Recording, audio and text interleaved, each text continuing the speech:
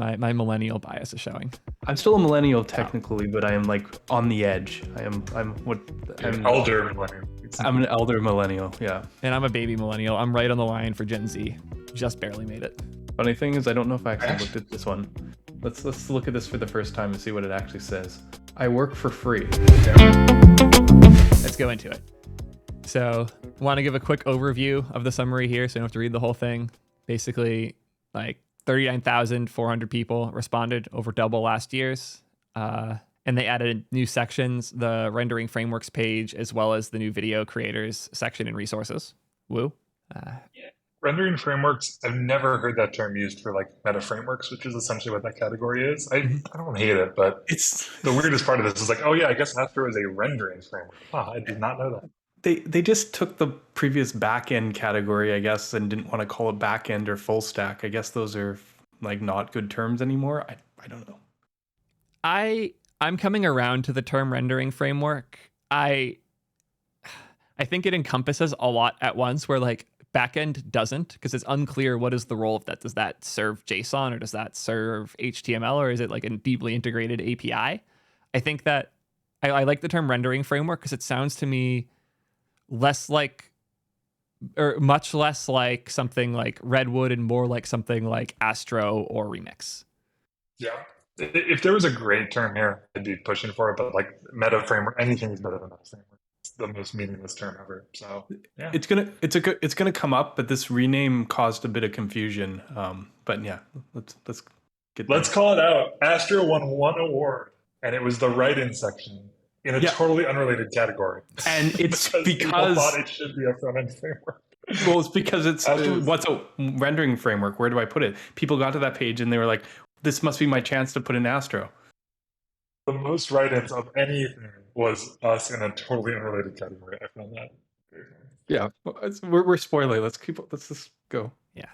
Well, okay. I came in with I want to say. I mean, there's two things that I really care about. Wait. We haven't even gotten to the start of the data. I promise. This is not about me. This is about the context. People are misunderstanding the survey, and I think I can intro us to it and tackle this annoying thing at the same time. There was a lot of fun and like those kind of like Twitter comments of like, honestly, like this is all misleading, like retention, interest. This is just going to bias new projects. Like this is dumb data. Like this isn't. And I think it was coming from people who love the bigger projects like Next or Angular, and like there is a truth to that. That a lot of the data here is biased towards smaller projects where their fan base is really excited. Theo, you've mentioned this idea that like if you get to choose to use something, you're going to like just generally that audience is going to be a lot happier than like an audience that has to use it for work. Those are two totally different profiles. But if the survey was just like what is the most used, we already have that data. That's just Next.js and like Express and jQuery. Like that data isn't interesting. What is interesting is when you add the bias for new projects, because it's showing you what's going to come up. Like there was a time where Next.js was the new framework. And I think this data goes back that far. You can see it as it just takes over. Like this is meant to be forward-looking. It is meant to be looking at newer projects. There's some really cool stuff in the opinions category about people starting to feel like the ecosystem is changing after like years of stagnation. And I think that combined with some of these new frameworks, even though they're small, taking on some of the bigger ones in these categories, those two things together mean that this is a super exciting time. So that's my hot take on all this. People who are saying that this is like all dumb data and like the only framework that matters is Next.js, like that is missing the point of why this data is interesting. You just want to look at NPM downloads. We have that already. That's NPM. All right. Good stream. Curious what your thoughts are on this take, Fred. Yeah, see you guys later. Peace. So I follow Marco. I was gonna actually like I was just going through such a data binge last night and I was taking screenshots. I was actually like I had a reply right now. Like the data actually asked this exact question and people are not feeling this way. People are actually super excited about the current state, the future. That kind of gets into my second beef with this survey, which is just the demographics are god awful. There's a ton of volume, which is fairly rare. Lots of respondents. I think you can draw a lot of conclusions. The problem is we're going to draw these conclusions about white, English-speaking American men. That is like by far the dominant audience being reported here. And I think especially here, the person who fills out a survey about their favorite frameworks is also probably, this isn't recording the data, but it's my big guess, is super excited about tools in general and is probably going to be more optimistic and more excited because they're spending an hour filling out a survey. So I was about to send the graph that actually answers this and disproves it, but it's also, I think, really self-selecting. And I don't know if it actually can address this accurately. The error for that question must be so huge given the self-selection of the audience. Mostly agree. I think that the framing I have for this that's helped me a lot in understanding these takes is that the thing that Twitter has done and platforms like it is increase the transparency and build a relationship between the people who consume software libraries, frameworks, and whatnot, and the people who create, experiment, and discover these patterns. Normally, and for the history of the web, those people have been far enough away from each other that we would spin in circles in framework land, playing with all these fun new things until one was good enough. How many different weird frameworks were there before we kind of settled on React? I know Ryan here is the most qualified to answer that, but my general thought on this pattern is that historically someone like Marco and people with the stance of I just want to build using whatever will get the job done, all of these things changing is fatiguing. Normally that change isn't visible to them and historically it hasn't been their problem. But now, since so many of the people who care also have influence and also have reach and audience, it is presumed by the people who normally wouldn't give a fuck that they have to or they're falling behind. And there's this new dynamic of where previously Knockout wouldn't have been on Marco's radar, now he feels behind for not learning solid. And that's a huge shift in how the whole web ecosystem interacts. Sure. Yeah. I mean, there was tons. There was tons of frameworks.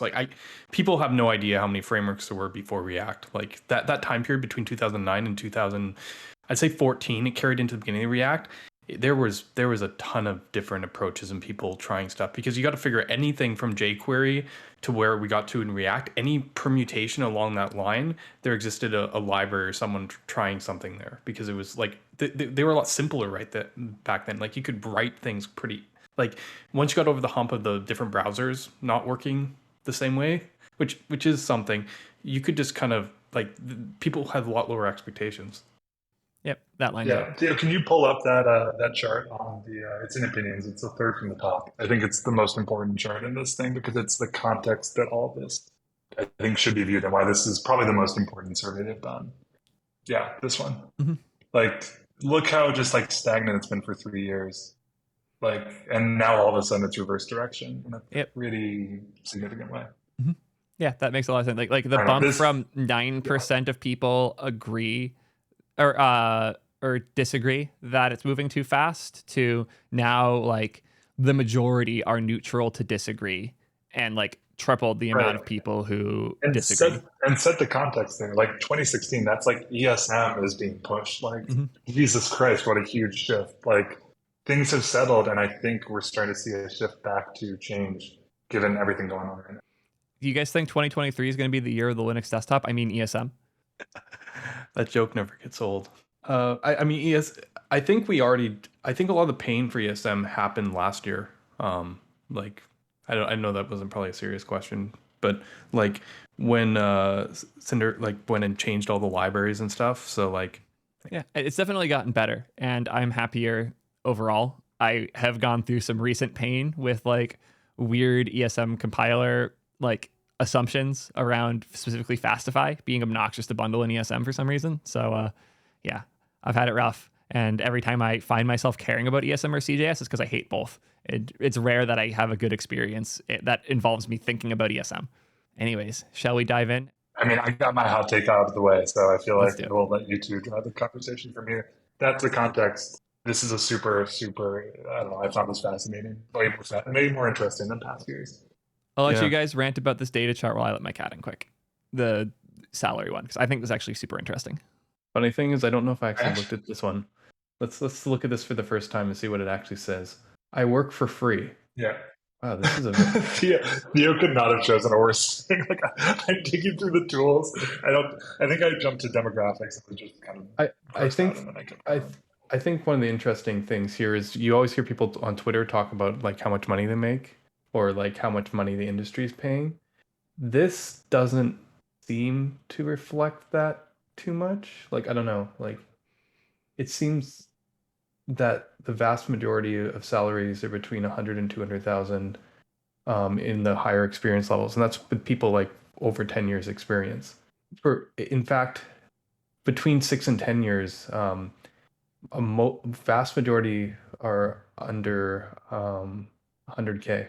If I'm reading this, the overall here, only 22% of like total are over 100K. So that puts 78 under, which is nuts. And in almost any of these categories, even 6 to 10 years, only 25% are over 100K, 75% are below. Yeah. I'd be super curious how this maps to your experience. I feel like understanding your YouTube audience and the people that you're talking to, you probably think about the idea of audience a lot more than, at least more than I do. Brian, I guess you stream. Does this map to your expectations, Theo, going into this? It was lower than expected dollar-wise for sure, but I'm not super surprised, in particular if this is just like salary and not total comp, also combined with the chaos with stocks. Like with the dips in Amazon stock, if I was still at Amazon, my total comp was around 480K. The stock dip would have knocked that down to like low 300s. Interesting. Yeah. So I think, also, what's the difference between 1% and extra respondents? I'm not really sure if I understand this chart, I realized. In what? The green dot versus gray dot. Extra. I don't know. This is a very confusing chart. Actually, this is a very confusing chart. Yeah, I'm not looking at the boxes. I'm just looking at the numbers, honestly. I won't read too much into this one. It's interesting to see that like salaries are like lower than I would have expected. It also suggests that this is a less like Silicon Valley American chart, because all the numbers I hear in person here are over 100K. I can't remember the last time I heard a salary below 150, honestly, like in this area. So yeah, that's true. Even hiring, I mean, I guess I was working in a larger company, but even like hiring junior devs straight out, you're still talking about 100K, and getting into that range. So yeah. I heard some insane, like fresh out of college juniors hitting like 180K. To be fair, they'd have like internships with the same companies before and like negotiated their way up. But I've seen people get close to 200 fresh out of college. So yeah, if you hover over this category, it's a lot of to-do comments pop up. So yeah, I think there's a kind of warning on the top of that page that says this is our new data, or it's a preview. You find it. Yeah, I think that's interesting data to understand the audience of this survey. That makes sense. This makes that one make a lot more sense. Only 11.9%, so like 12% of the respondents were America. Oh, interesting. Okay. That's actually way better than I remember this. I think on mobile it looked a little bit more jarring, but yeah, 12% versus like a majority is actually a pretty big improvement, I think, from past years. Yeah, almost half as many from Germany as from the US. Yeah, I mean, yeah, no, that makes way more sense on the salary thing.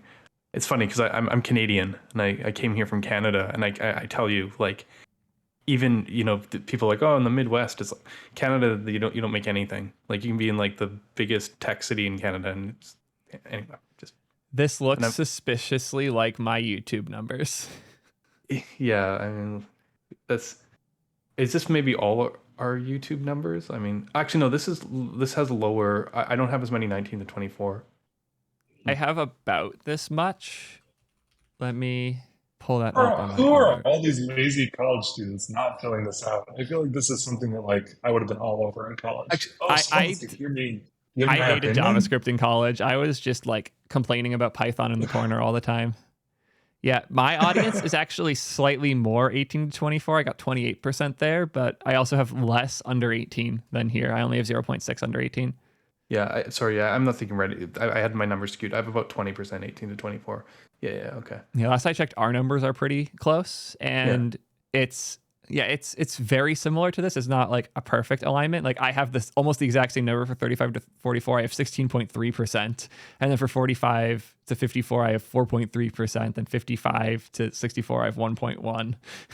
I guess that's just the range, which is interesting because I don't know if this shifts to years of experience as well, like how that maps. Yeah, there's also another one of my theories I have that is why like these numbers are where they are. I think a lot of the people who were 19 to 24 3 to 10 years ago we all grew up learning from YouTube, which is why so many people in like my chat and such bring up the new Boston and stuff, even though he has way less viewership than I do, because that's what we grew up on. That's what we got used to. And now that we have moved out of this category into the 25-34, because we're older now, we're creating the content that we thought would be here when we got here. That wasn't. Like, we thought we'd be able to keep watching YouTube as we got more senior and more technical, and we couldn't because the content for it wasn't there. So now we're making that content and we're making this new demographic like possible on these platforms. Interesting. Yeah, I think I'm like one level on the chart past you. I'm a little bit older, so yeah, my millennial bias is showing. I'm still a millennial technically, but I am like on the edge. I'm an elder millennial. I'm an elder millennial, yeah. And I'm a baby millennial. I'm right on the line for Gen Z. Just barely made it. Bullshit. Sorry. That's my millennial speaking. You are absolutely a Gen Z.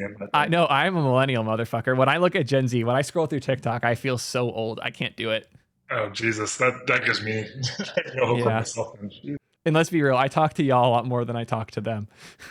All right, fine. He's cool. He's in the millennial club. I'm an honorary millennial. I'll take that. Exactly. Like an honorary degree. Like it's clear the person doesn't actually know what they're talking about, but they're cool enough, so we'll let them in. They were just famous, so we gave them a degree. Exactly. Yeah.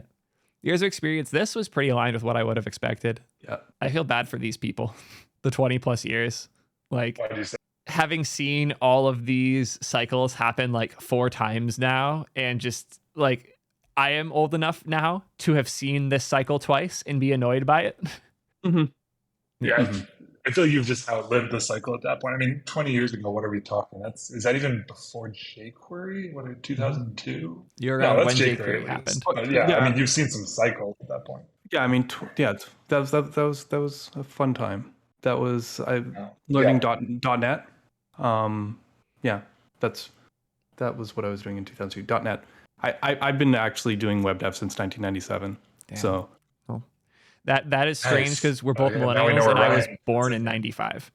Yeah, but I mean, I was a young teenager. Like that was the whole thing. You understand? Like from that time period, I was a preteen or whatever. Like the web came out when I was like 10 years old. You know, or you know what I mean? Like yeah, I totally understand what it's like being conscious when the web was invented. I'm back to saying you can't both be millennials. Something's wrong. It's like when everyone lies about their height on Tinder. One of you is lying.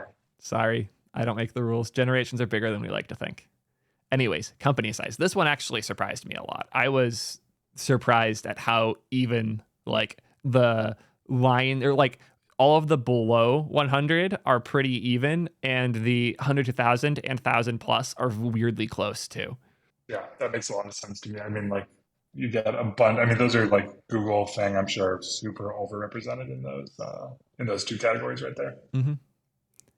But I didn't expect so much competition in this range below, though, where all of these are half as much as like these 2 categories, just by like the number. Like a company with 1,000 people, you need 10 100-person companies to like match that, and for this to be anywhere near close is impressive to me. Yeah, that's true. Yeah, I'm going to keep an eye on this one over the years, especially after this year with the current like mini recession going on, to see if this changes by next year, because I would suspect it gets shaken up some amount. Yeah, I'm surprised they don't show this over time. I'd just be so curious because, yeah, like part of it is probably just who's filling this out, but there's got to be some trend that you can kind of map to the data. Oh, I don't think this comparison lets you compare to old or to historical. I don't know if they have historical for this. Yeah. Might just be a new question. Yeah, the higher education is interesting. I was surprised that yes, unrelated field is so close to no here.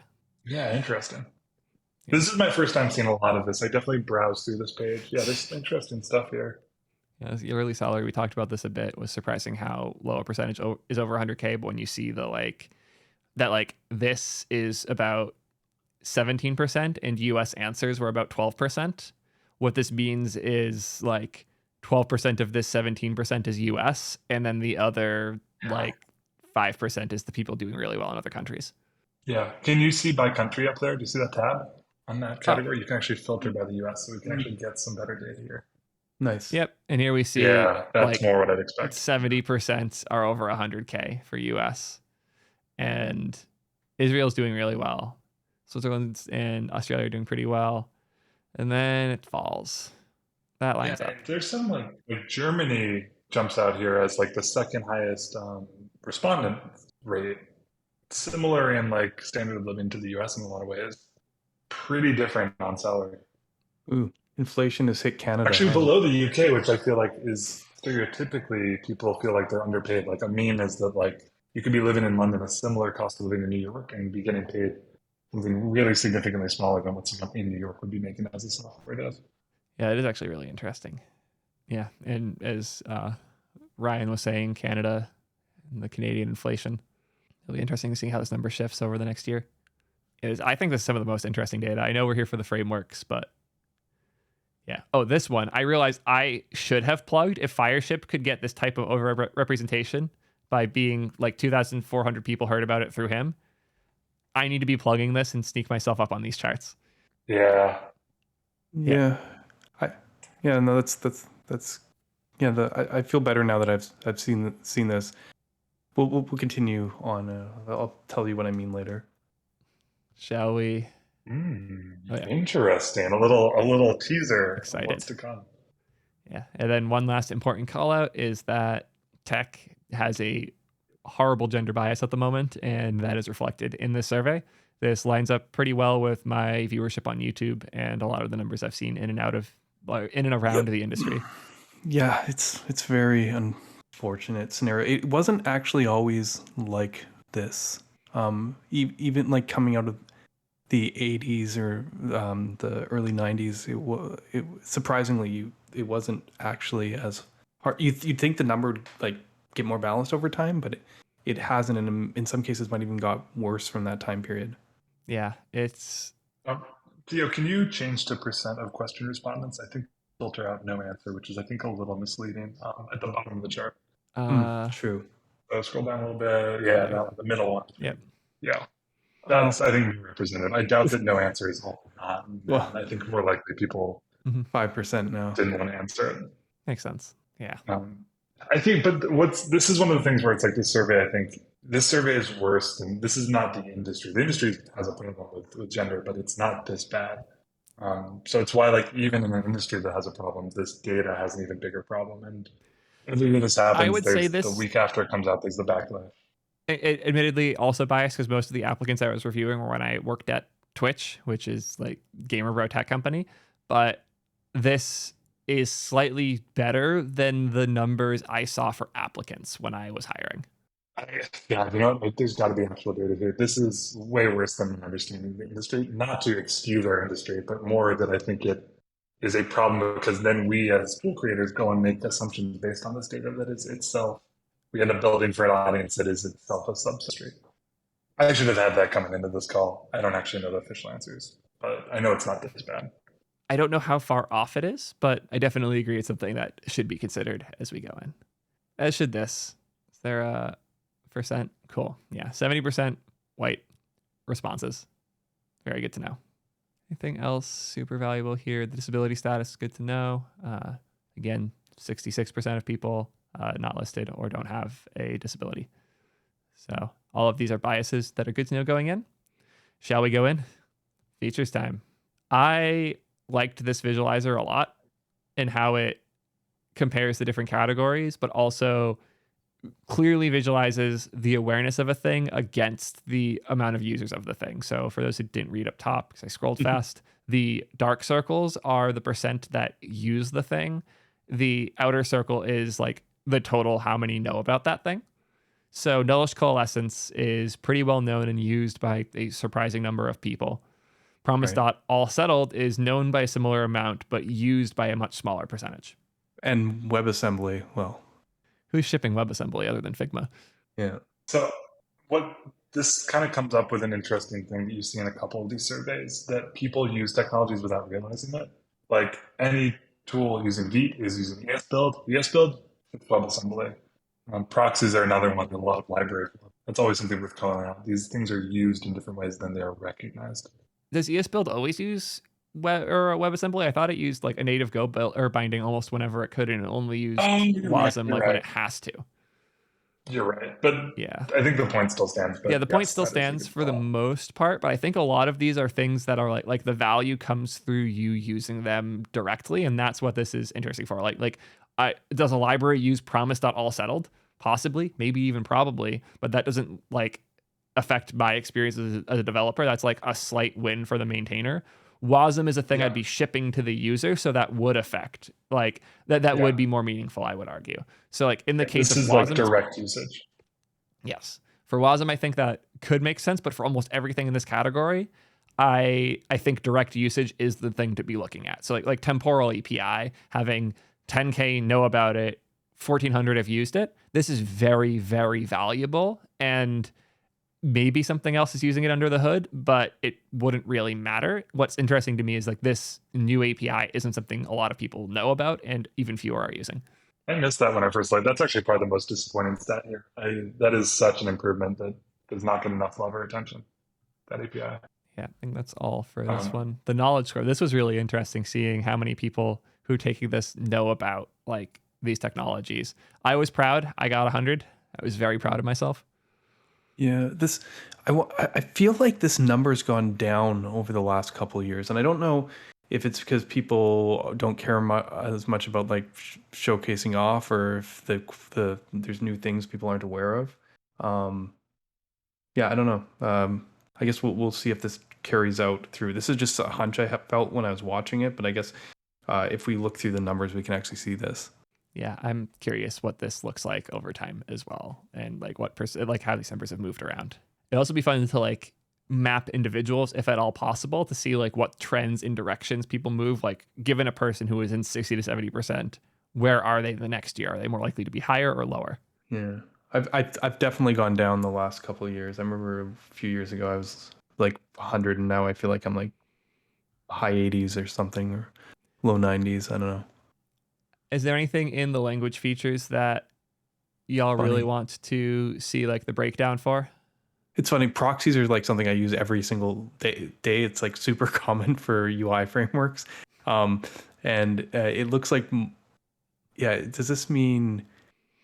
Okay, yeah. So yeah. Compared to last year, less people, but I mean, yeah. I guess it just hasn't really moved much. we don't need to talk about it. Can you go find temporal? I'm just curious. And WASM, I think, would be interesting. Yeah, let's. That might be Brad. Yeah. Oh, first time tracking that. Cool. And WASM's going to be here. Oh, Rich got a pick. I didn't notice this before. Going to nominate the type annotations proposal. Oh, we got to talk about TypeScript when we get to that chart. That's my favorite chart, I think, of the whole thing for meme potential.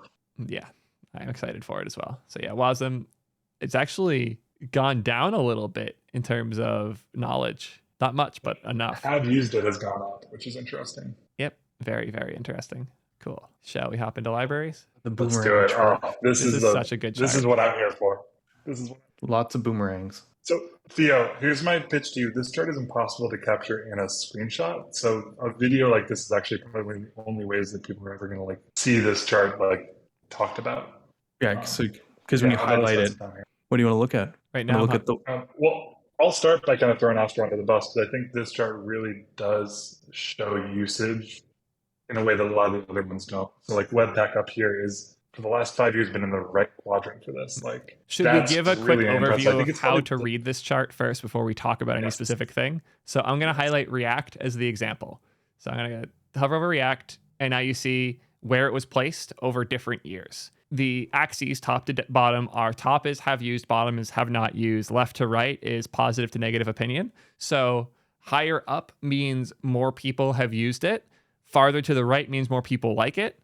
Generally up right, good, down left, bad.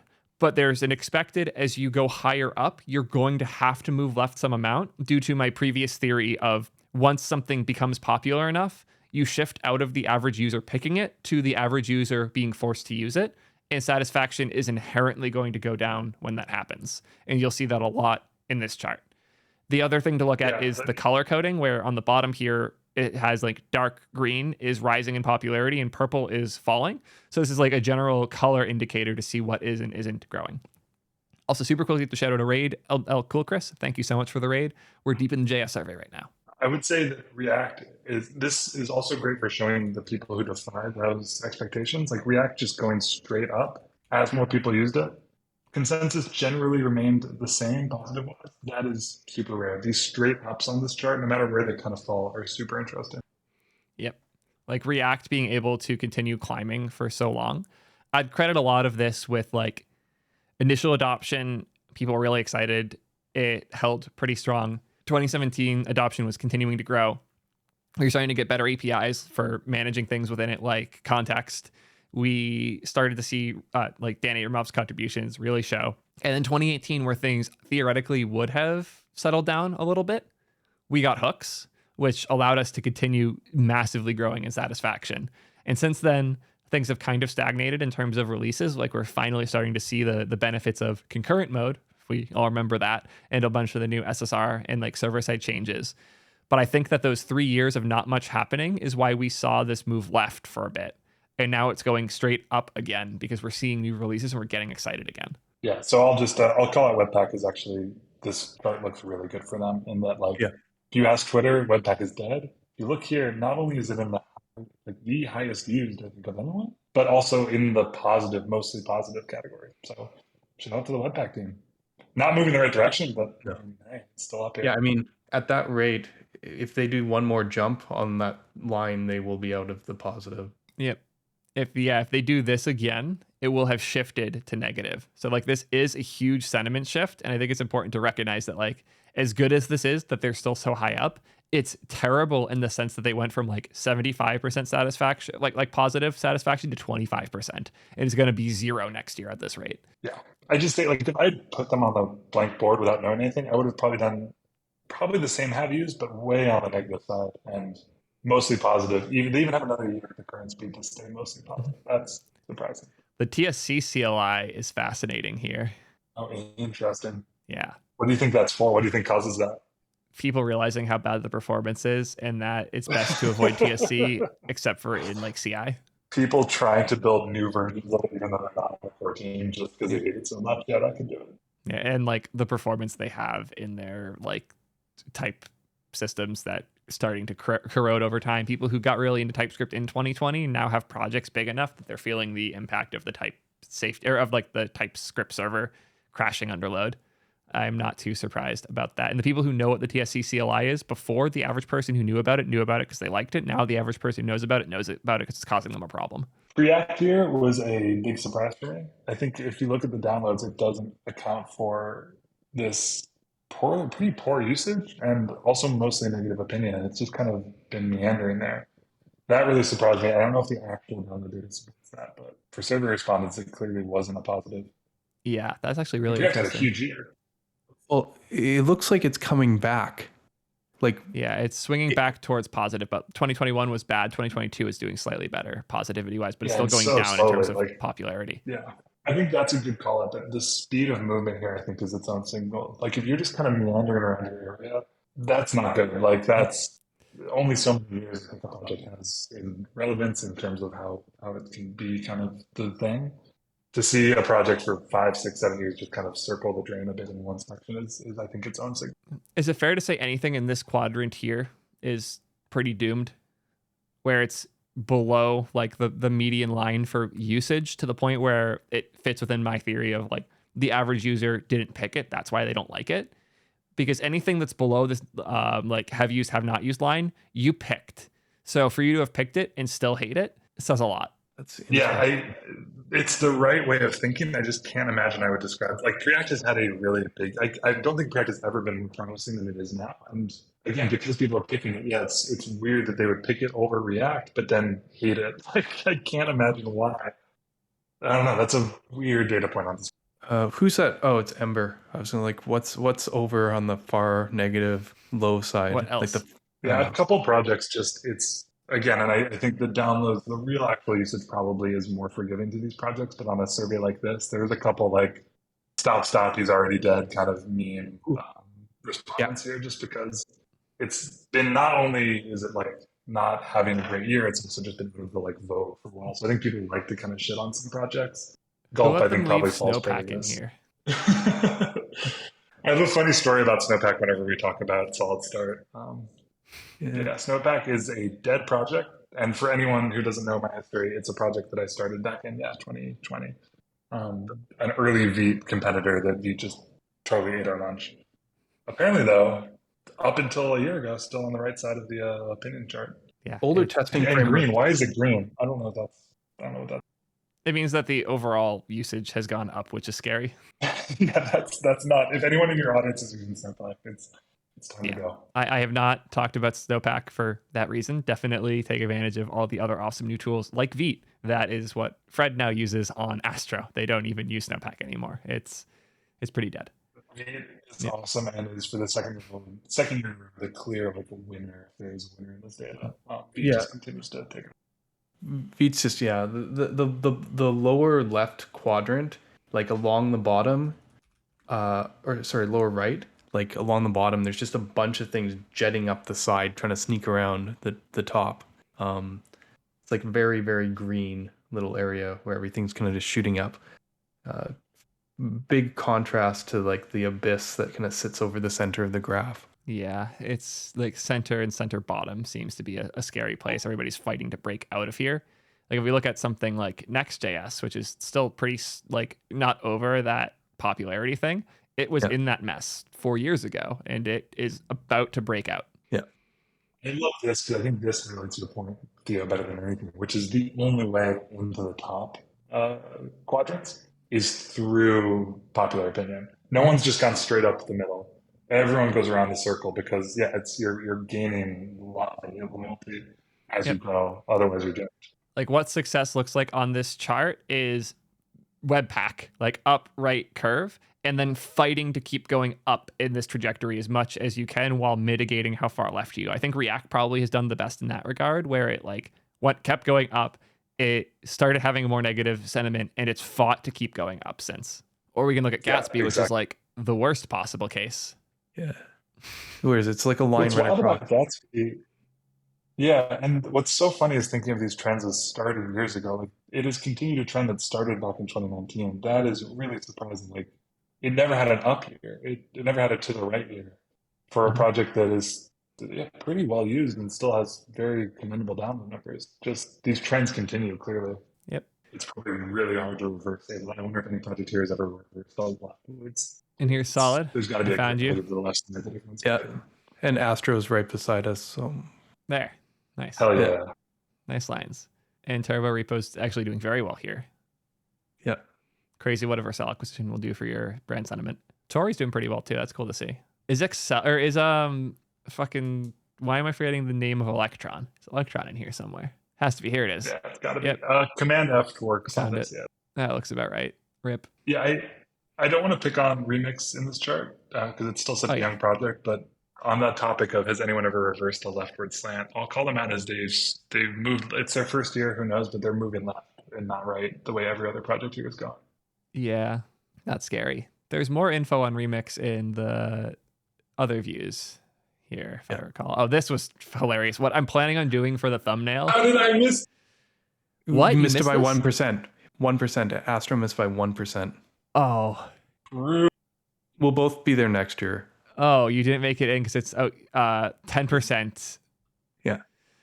That sucks. I will be screenshotting. I love this. I'm screenshotting this for the thumbnail. So like this will be the thing in the background with us doing reaction faces. You should put us as blocks in the S tier. Honorary. No, next year. I can I'll add another tier near the bottom that's guests for this and put you both in that. We'll make it work. Yeah, I do love that they did this. It's hilarious. Yeah, a lot of this feels covered by the guy. That first chart is just so interesting. Yeah. There's so much good data in the top of this page.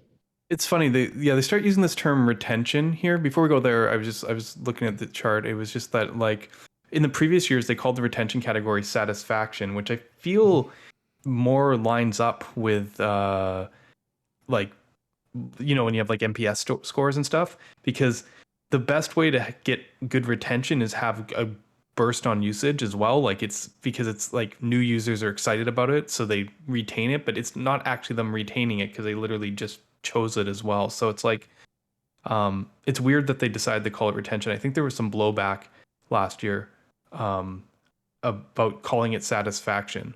Interesting. That was my perspective, but I was also kind of on the backside of that, right? Last year's front-end framework results definitely caught some people by surprise.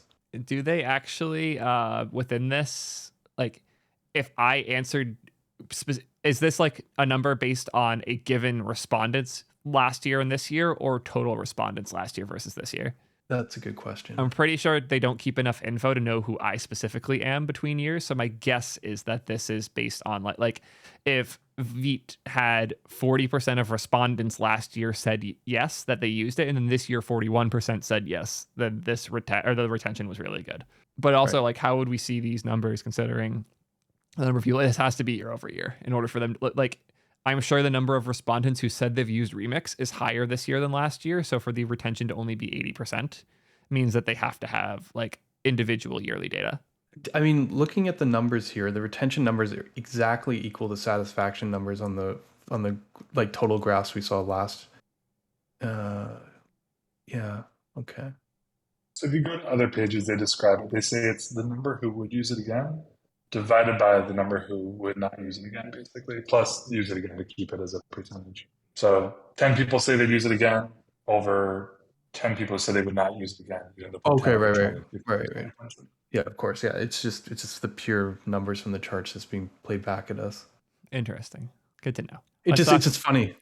It's just funny, as I said, they renamed the term. I don't know if they mentioned that in the introduction, but they decided to call it satisfaction this year. Or retention, not satisfaction. All right. Yeah. Theo, you got to switch it into meme mode, which is the ranking. That's what we're all here for. Oh boy, yeah. Meme ranks time. Let's do it. Well, you can't really. It's funny because they did this chart to be more accurate because you sometimes chart down even when you go up, but the rankings mode is really the only version that you can actually see and like post on Twitter and stuff where people can actually read the chart. Yeah, this is hilarious.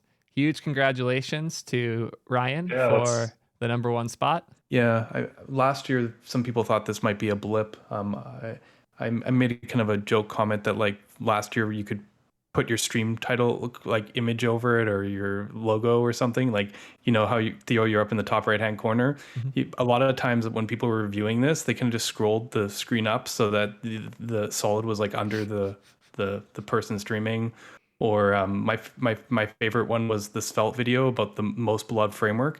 They highlighted Svelte on the results, so the pop up and it just covered the complete place where solid was on the graph, for their documentary, like that. Yeah, but now that there's 2 years, you can't do that anymore. But yeah, and it is weird how Svelte's approach to solid is kind of pretending solid doesn't exist. Yeah, I mean, it makes sense on a certain level too, because like like when you, and especially the time when Svelte came out, if you bought into that, like React and all that stuff is the past and the future is like this radical approach. When you look at stuff that's like not as radical or not like down that path, you might just be kind of like, well, that must be the same as the stuff, like you just discount it as even possibly being something that would even matter or could matter, because the future is writing, stuff that looks like vanilla JavaScript but doesn't execute like vanilla JavaScript. So yeah, I mean, I think the bigger theme here is if you actually look now, we can't not mention Qwik's entry into here as well. The top 3 in this category now essentially are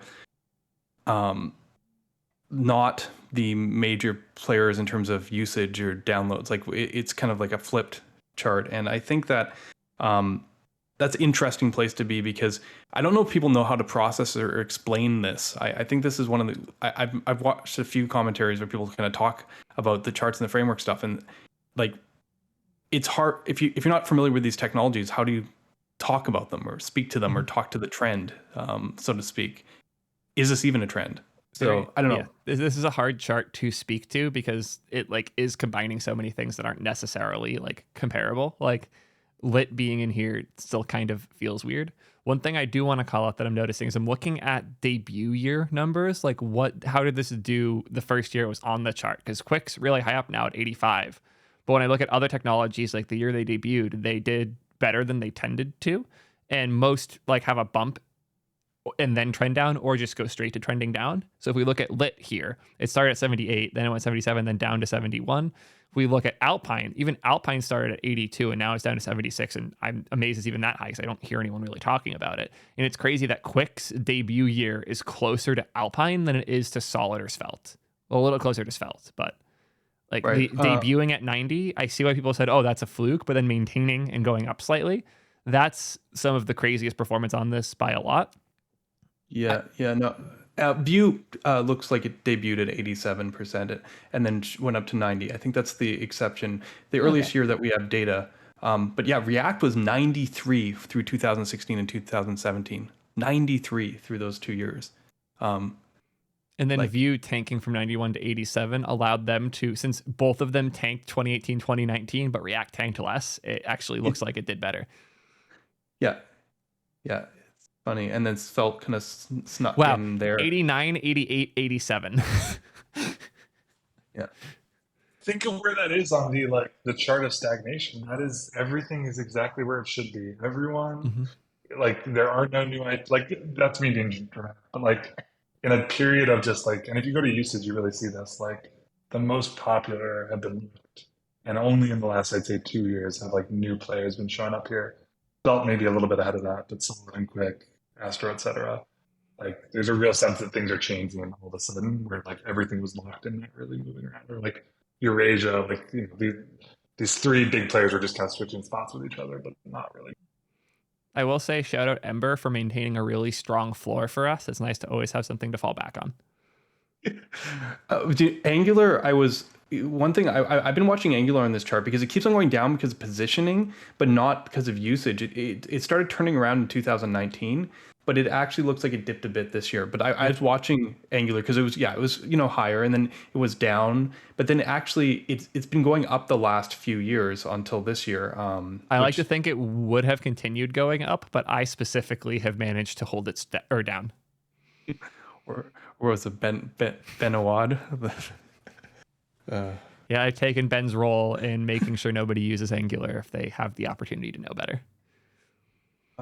But yeah, no. What's interesting for me is Vue has it started to kind of catch up with them more so than we've kind of seen from any of the frameworks that have gotten to such a a higher level on this chart. Ones that have seen the 90s, Vue is the first one to dip out of the 80s. So that's a little bit interesting, but I guess this is just the longevity. I guess it's what you come to expect after being on here for what is 7 years worth of results. Yeah. I mean, React's been here for 7 years and doing pretty well. 2 to 3 migration. Oh, yeah, Vue 2 to 3 hurt a lot. Migration has hurt them a lot more than they, I think, or that anyone kind of publicly admits. I think you could probably map that migration story, that breaking change onto this chart pretty easily. I'm going to run a quick poll in chat. Worse V3 migration story, Python V3 or Vue V3? We haven't seen the React V3 one yet. React's on 19. Yeah, no, but server components is V3. I mean, maybe Hooks it's is V2. Yeah. Wait, I'd say it's V4 because there was React, then React with JSX, then React with hooks, and now React with server components. Yeah. I mean, nothing will ever beat Python. I've made my vote clear. It's a story that's still going. Yeah. It's like the textbook example. What if there never is a React V3 moment, says Lee? Well, we'll try. That's our job. Loud byte string noises from a level. Yeah, that's a fun poll. Seems like everybody agrees Python was the worst. So continue making fun of us web devs and our NPM while pip and Python 3 are still a thing.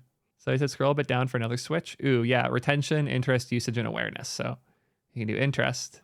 Can we quickly map, actually go through this however you want, but Vue usage over time, I'd be curious, because that might be one of the first big players to be showing some actual cracks. No, not really reflected in usage.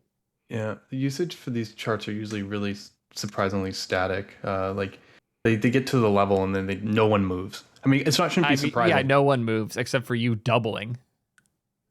Yeah, and Svelte has been doing that, or did that a couple years ago. Yeah, but yeah. What you'll notice in this chart, and it probably reflects on quote retention, is that both on usage and interest, Solid went up considerably. And I think that actually, just a bunch of new people seeing it and being excited about it kind of made a big part of that, like last couple percentage points. I'll go back to that point. I kind of want to make this point and look at Svelte specifically, because I do think this is that like the volume of movement is actually a signal here. And I would actually, if I was Svelte, be looking at this with a little concern. 8%, 15%, huge year. 15 to 20, okay, still pretty significant.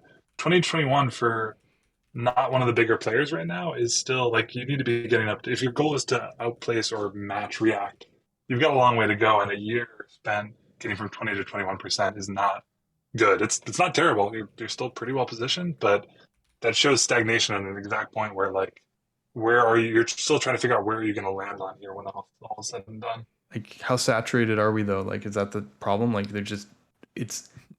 yeah, like no one's gains an inch like anywhere since. When was the last time anyone in 2018?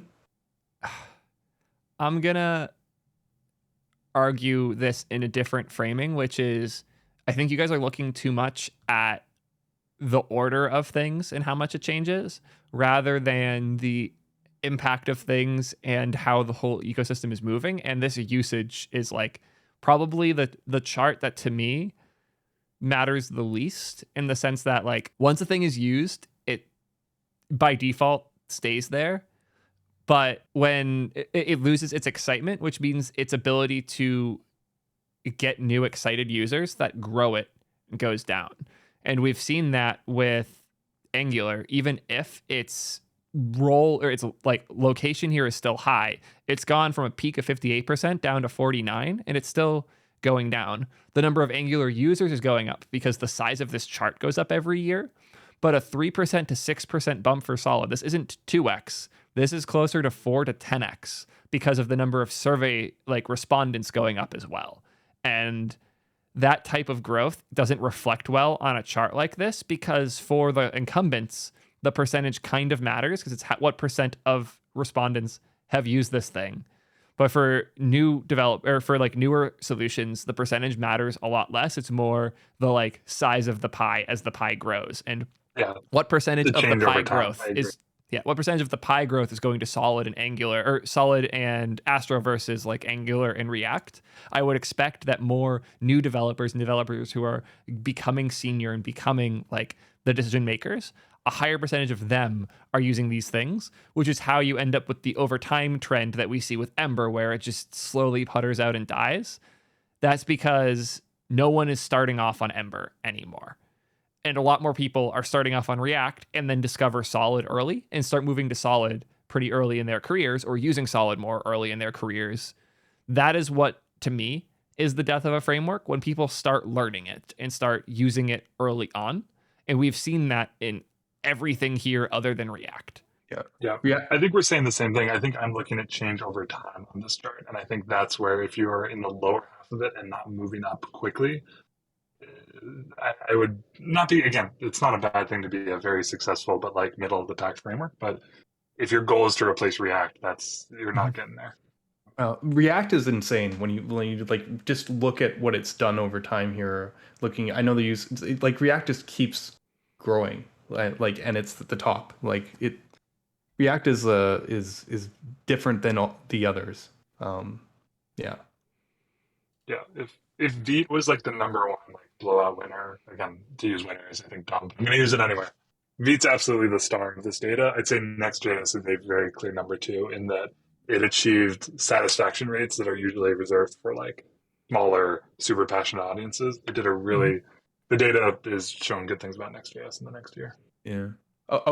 Can we highlight one more before we move off this one? Can we go to I'm interest and awareness. We're both kind of interested, like quick. Yeah, Solid awareness almost doubling. Yeah, 30 to. I think Astro ends up doing almost the exact same jump this year too, which is considerable amount. And obviously interest doesn't always go up either. Interest is actually might be. I'm trying to look at it. Is interest harder to go? It's similar to retention, I guess, as well. It's a hard number to move up, and that was, even though Qwik kind of slid in there, that was a happy metric for me, actually. I think that made the gap. Solid actually went up considerably on or went up 10% on interest. Which going up on interest is incredibly rare. Yeah, so especially like Solid is not call. a new framework either. Like, how long ago did Solid 1 ship? Well, it was 2021. It was oh, it was? Solid 1.0 was only last year? Yeah, a year and a half. Yeah. When was the first HN post that I saw? That had to have been like no later than like 2019, 2020. Yeah, because I mean, I open sourced in 2018. It was very usable as of 2019. I just dragged my feet because I wanted to get SSR right. Yeah. Oh, right. Theo, as the person pitching meme or ranking mode, switch back real quick to percentage. Solid story is way more clear here, and I think you're right. Sorry, go back up to the tab view at the top. Percentage. Yeah. And interest is what we were talking about. Oh, percentage. Oh, we can do that here too. Oh, yes. Yeah. So look at Solid. That's a clear movement. Yep. The only thing that ever had interest grow like that ever before was Vue. Yeah, and that was hidden in the ranking chart, but like, yeah, Angular kind of the star interest went up quite a bit. Not as much as yours did, but React should have gone up a little bit too, I imagine. Anybody who's picking up Signal, it went down. Preact went down? No, React went down. Preact went up very slightly. Yeah, I say anyone who's talking to 35. Anyone who's talking about signals this year, their interest went up. That's just a good bet. Mm-hmm. Is Angular? Yeah, I feel like Angular is having a little bit of a breath of life, and it's talking about signals. There's like big. I know the Vite Angular community is like small, but like really passionate trying to make that work. It's crazy how if you do literally nothing for like 8 years straight, and then you promise you might do something in the next 5, all of a sudden people will show up again. Yeah. What was that like bankrupt gym that said they were going to release a crypto coin and then became like $1 billion company? It's that. I mean, yeah, they're finally addressing a lot of really pain points and stuff. One of the things, I mean, a lot of people, I learned a little Angular this year, is that their components was all part of a modular system, and like you had to use the Angular module system to do anything, and like everything communicated within this like kind of namespace thing. And they released something this year called standalone components, which is basically how components work in like literally every framework. But it's stuff like that where they're kind of like modernizing that. It's making a big difference. Like the community's kind of, some of them, I guess, at least are getting what they've been asking for a while. A lot of people who are happy with Angular are just happy because of the Angularisms of it. But I think there's a lot of modernization happening right now. This all sounds about right to me. Shout out to Brandon Roberts. He's the person working on that, and yeah, absolutely deserves credit for that bump. Yep. Just would be nice if they would kill Flutter, which I'll get into how I'm upset about Flutter getting mentioned in here in like the cheapest way, but we'll get there when we get there. More to talk about first. In particular, it is now Fred's turn to brag. Can we do one more thing on the thing? Can you go back to the fill-ins? Because Fred gets to brag about this one too. Go back to Frontend Frameworks and go all the way down to like the yeah. By the way, this is my favorite chart. Fred has his favorite charts. The other chart, the one above this, sorry, the one with the positive negative split. This is the one where I internalize in my head what the mindshare ranking is. The order you appear on this chart is your like where people think things are. This is my favorite. Yeah. So I'm going to admit something. I had trouble reading this chart. Can you say more? Like, how do you interpret this? Because I wasn't really sure what I was looking at. Some are longer than others. Some are. I mean, height is like number of responses. Yeah, exactly. And I don't even know if it's like it seems because the area gets larger, it's harder to get bigger. So like but essentially, yeah, the taller it is, that's the more people are, I guess aware of it. What did they put it here? How do they put it? Like the set bar thickness is the number of respondents who are aware of the technology, essentially. But what's interesting is like if you look at it, sometimes like the leaders like React are really green overall, even though like you see the decline and stuff. Like proportionally, they're one of they're the most green out of like proportionally compared to any other framework on this chart. And that's what this shows. It shows like it's a little bit different that you don't see in the other charts. Like just like what I know they're all like what percent you are happy, but it's like a more combined look at that. I don't really look too much about the differences between like the pinks and the dark pinks, although having large dark pinks is probably a very bad indicator for the future. It's like that's the place where it won't shift, like where it kind of locks in. But then they end up aligning it by green, essentially, which the most green, which is interesting to me because yeah, that's what I mean by kind of the hype metric. Like in a sense, this chart shows that in people's minds, Svelte is number 2, not Vue. Do you know what I mean? Yes. And that's kind of what I've always liked about this. And actually, when you look at this chart from this ranking, Vue and Solid are actually really close. Mm-hmm. So they're very close in terms of the positive sentiment, but you're definitely leading in terms of like the negative, in particular, that used it, not interested again. Right. But when people go like, what are the top frameworks, not from usage or whatever, but just from like sentiment, or the top sentiment, I actually just keep this order. So in my mind, this is a vibe check is what this is. Right. So like in my mind, okay, so Solid here is actually number 4, but very close to number 3. That's kind of where like that is. And Svelte's actually the number 2 choice here. And that's just sort of how I look at this chart. It's something I wanted to point out here. But that makes a lot of sense. I actually like that framing a lot. This is the vibe check chart that is ranking by vibe in a way that kind of makes sense.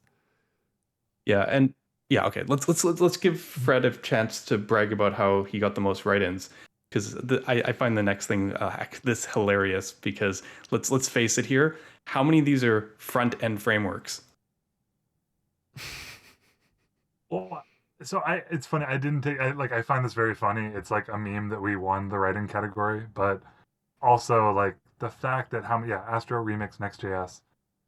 It maybe speaks to rendering frameworks not being well defined, but I think more it speaks to the mingling of like that you think Astro is a front end framework comparable to Solid or React or Svelte.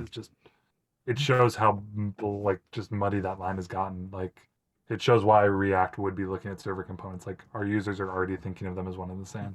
So I mean, look, it's important to know that like this number is very small. Like 400 write-ins with a 40,000 respondent survey means that like this could just be a miscommunication to an extent when they were reading it, where like they know Remix and Next are going to come up. They don't know if Astro is, and they want to make sure Astro is mentioned somewhere.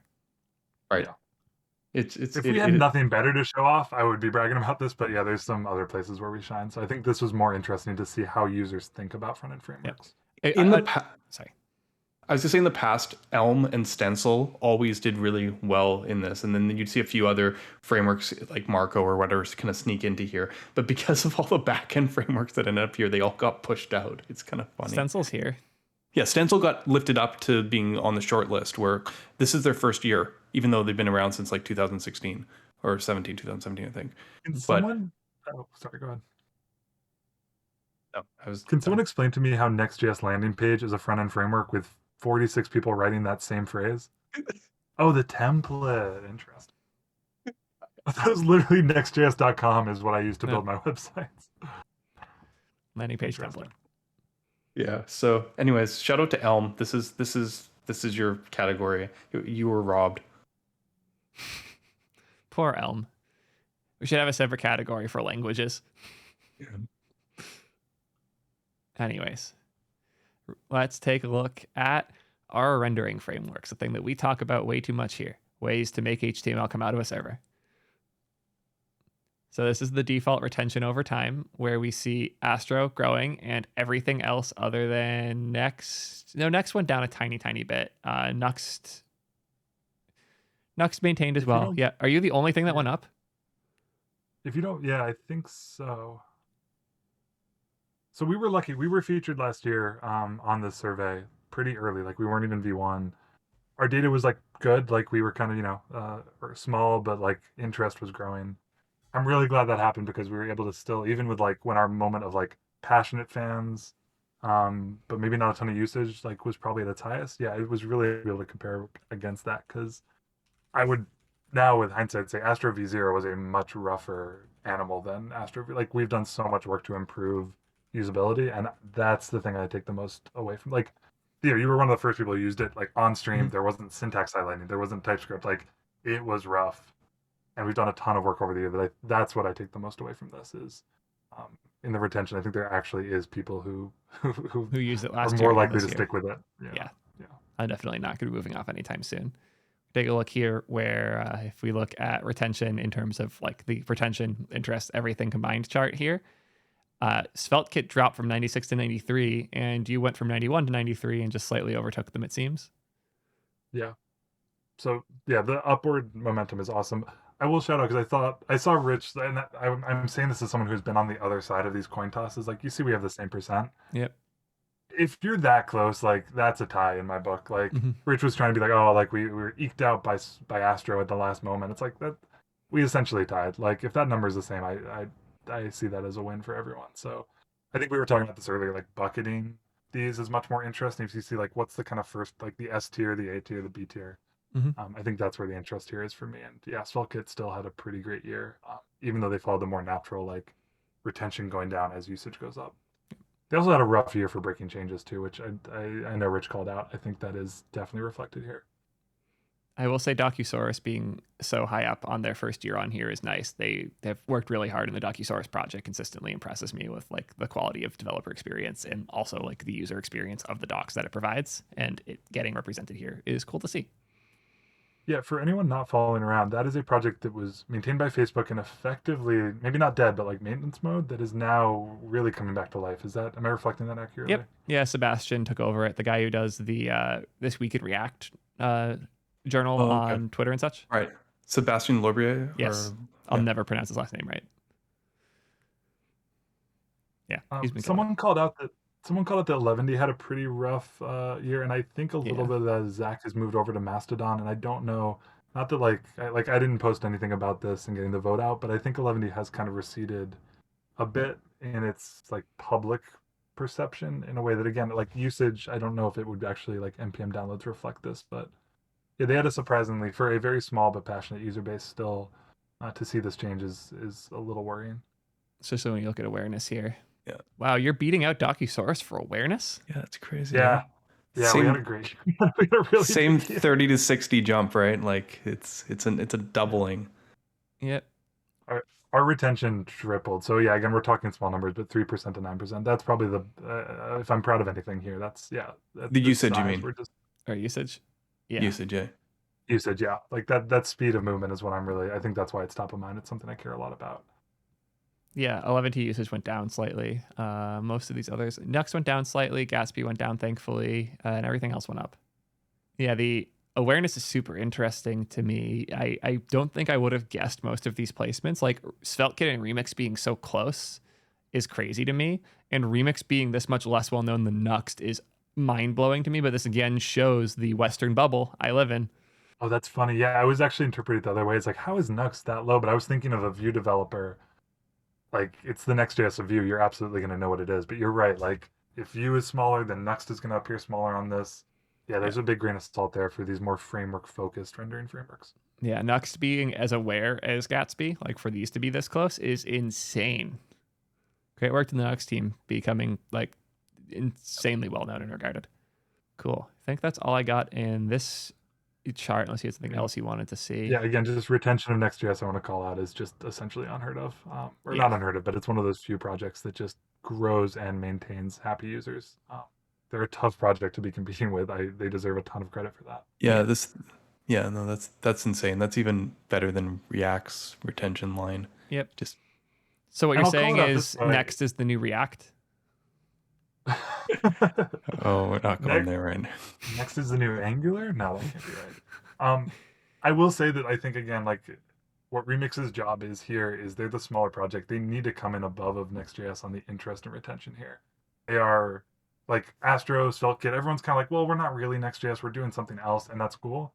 But if you're Gatsby or Remix, you are competing with Next.js. Like, you need to be coming up on the right side of this. Yeah, for Remix's interest to be closer to Docusaurus than it is to Astro is very dangerous. Yeah. Thing is, yeah, this one particularly was unexpected from my perspective. I guess this will be something interesting to look at in another year or so and kind of reflect on what happened. I don't know. This is interesting. I don't know. Is there any other drop that big? A 12% drop in interest? 11T, 47 to 30. Yeah. And Gatsby 55 to 39. But like Remix, according to interest, is on the Gatsby trend at the moment. If you look at the chart, then I guess is a little bit lower down where This the guy. one. I know this is Fred's favorite chart in this.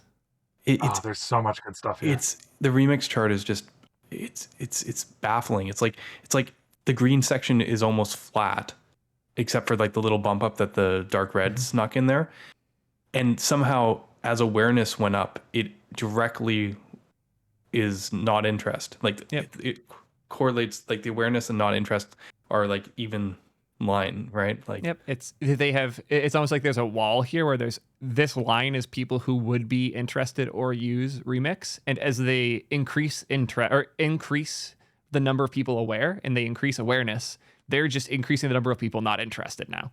That seems just crazy to me. I think Remix is great. I don't know. I guess the competition with Next is very challenging. Yeah, I think Remix. Yeah, I think the Next is like Next is the huge elephant in the room for them, where they, and I think you could kind of map both years onto this. It's like they came out with this hugely like exciting idea of nested layouts, like that essentially Next.js then took the next year to launch their version of, and that's really tough to be interested in it if the biggest thing you're saying you're different from is just going to like it's like Snapchat versus Facebook, right? Like if they're just going to copy your best ideas, like that's just a tough spot to be at.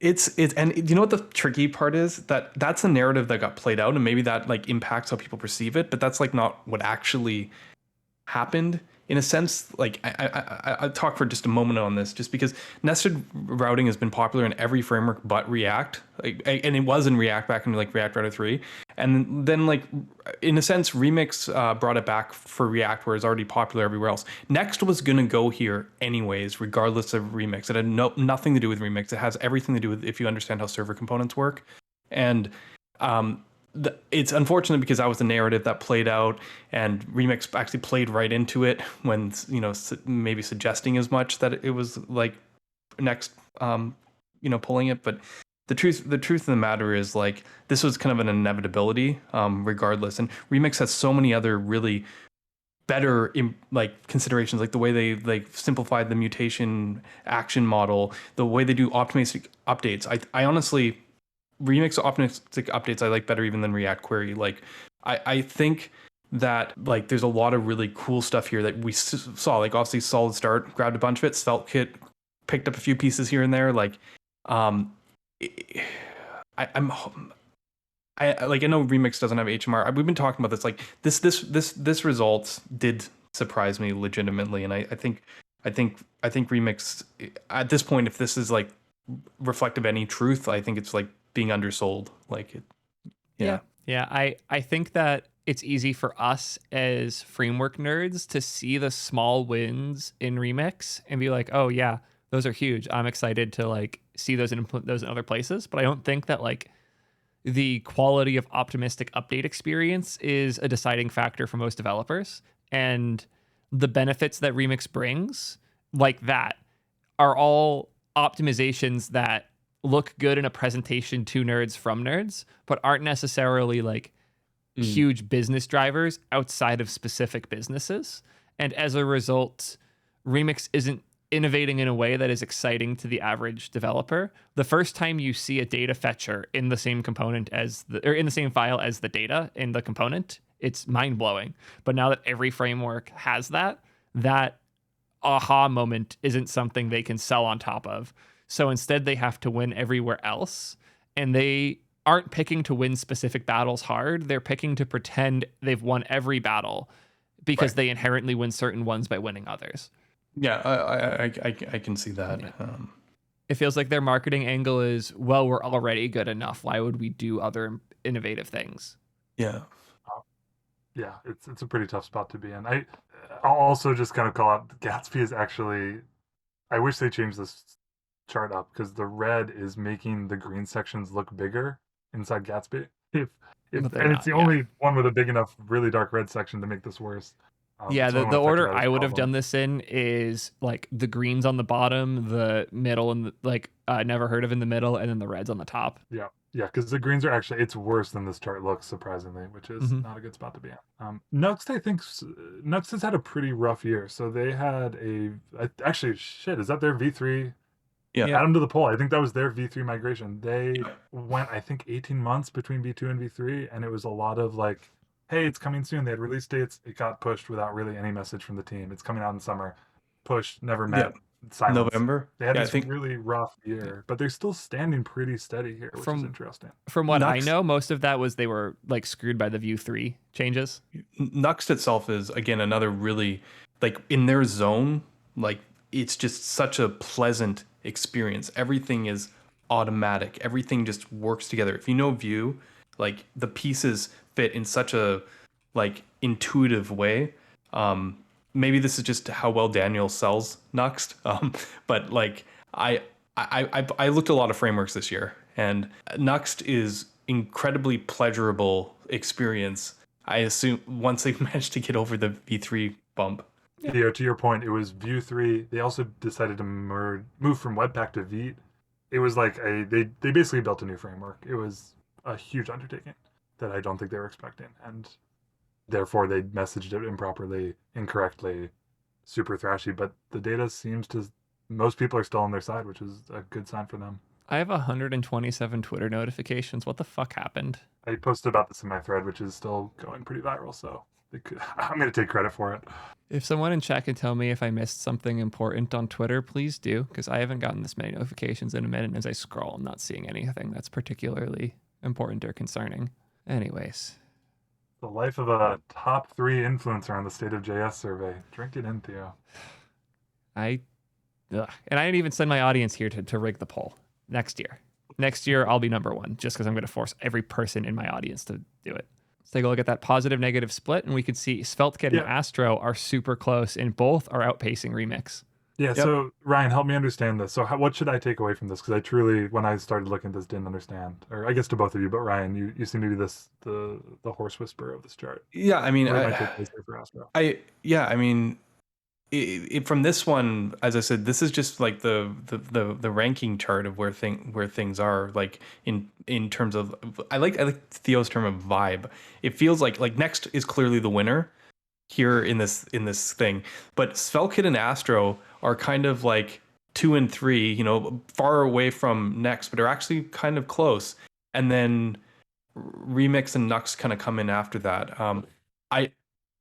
I'm a little bit, Nuxt is lower than I thought, but this actually shows how hard this year has been for Nuxt in general and where they've kind of shifted. But generally speaking, like for your meta frameworks, this is your 1, 2, 3, 4 right here. Remix actually, for even as negative things are actually still okay for now, at least the way I read this chart. But this is clearly, if you had to pick between 3 meta frameworks, Next and then SvelteKit and Astro are the close are the runners up. Would it be fair to read the dark green line versus the light green line almost as like stickiness? Like, yes. I could see how Nuxt is like super sticky to that audience, because if you do use it, you're going to use it again because it's the Vue framework.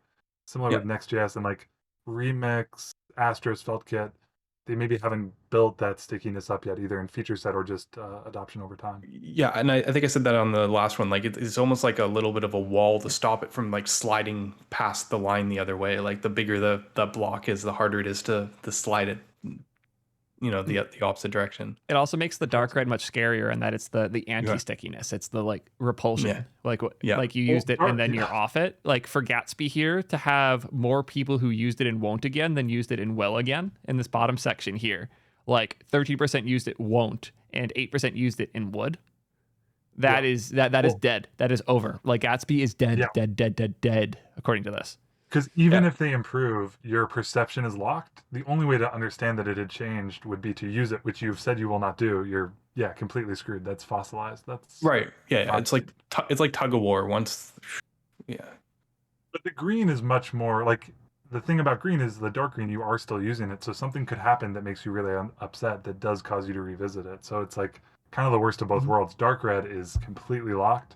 Dark green much more sticky, but it could change if your eyes start to wander for other newer frameworks. I don't know why I said it in that voice again. It's also nice to see like Astro's used it won't again is the tiniest on here by a lot. It's 1%, but it's like a very small 1%. Remix is a decent jump. I know it's 2%, but it's a bigger 2 by quite a bit. It's probably closer to like high 2s, and this is barely 1. This is a very interesting chart. That. That's cool. I think I like the. I like. Yeah, I rage quitted that chart when I first saw it. So thank you, Ryan, for bringing me back on board. I like this chart. I'm so sad we didn't end up on here. Yeah. I will create T3 app not only will be on this chart next year, it will be number 1 on this chart next year because I'm sure Solid Start's going to get moved to the meta frameworks. Yeah, we will win this next year, guys. I will be in every video plugging this survey to make sure we rig every fucking number. Okay, so here's my beat Snowpack story. I think I told this to both of you, but I'll tell it for chat and for anyone watching. Snowpack beat Veet to get on the actual official like survey. So before Veet, we were up in the big boy, we were playing around, we were fighting with the other frameworks for dominance. We were living pretty, sitting high. Veet ended up getting so many write-ins that it almost became like a story. Like, what is this Veet project? I've never heard of it. This is such a meta point, but if you click Solid Start, it takes you to the repo. Versus up above, there's no real link to find out about Astro. You almost have to open a new tab, search it, learn about it. Veet absolutely got more out of that being the top of that category than Snowpack did of being like middle of the pack newcomer to that. So interesting. Ryan, if you absolutely got more stars out of this than I think Astro did, if I had to guess. Because this links directly to the repo. I don't think people get stars from this at all, honestly. I found that click-through rates on things that link to a repo aren't great unless it's literally accompanied with the reason you should be interested, like a tweet. Even like putting a link to Create T3 app in the description for a video on YouTube doesn't do shit. I wish I'd saved a screenshot. I believe it could have been like I checked Veet and they definitely increased a lot when this came out.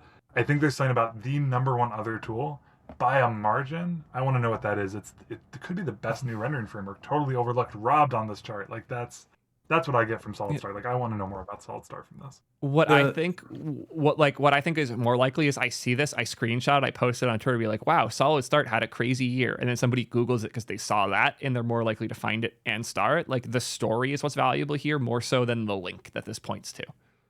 Yeah. I guess it's better than nothing. Like there truly is no link in Astro, and at least there's something here. But yeah, I have no data to back that up. I wonder how much.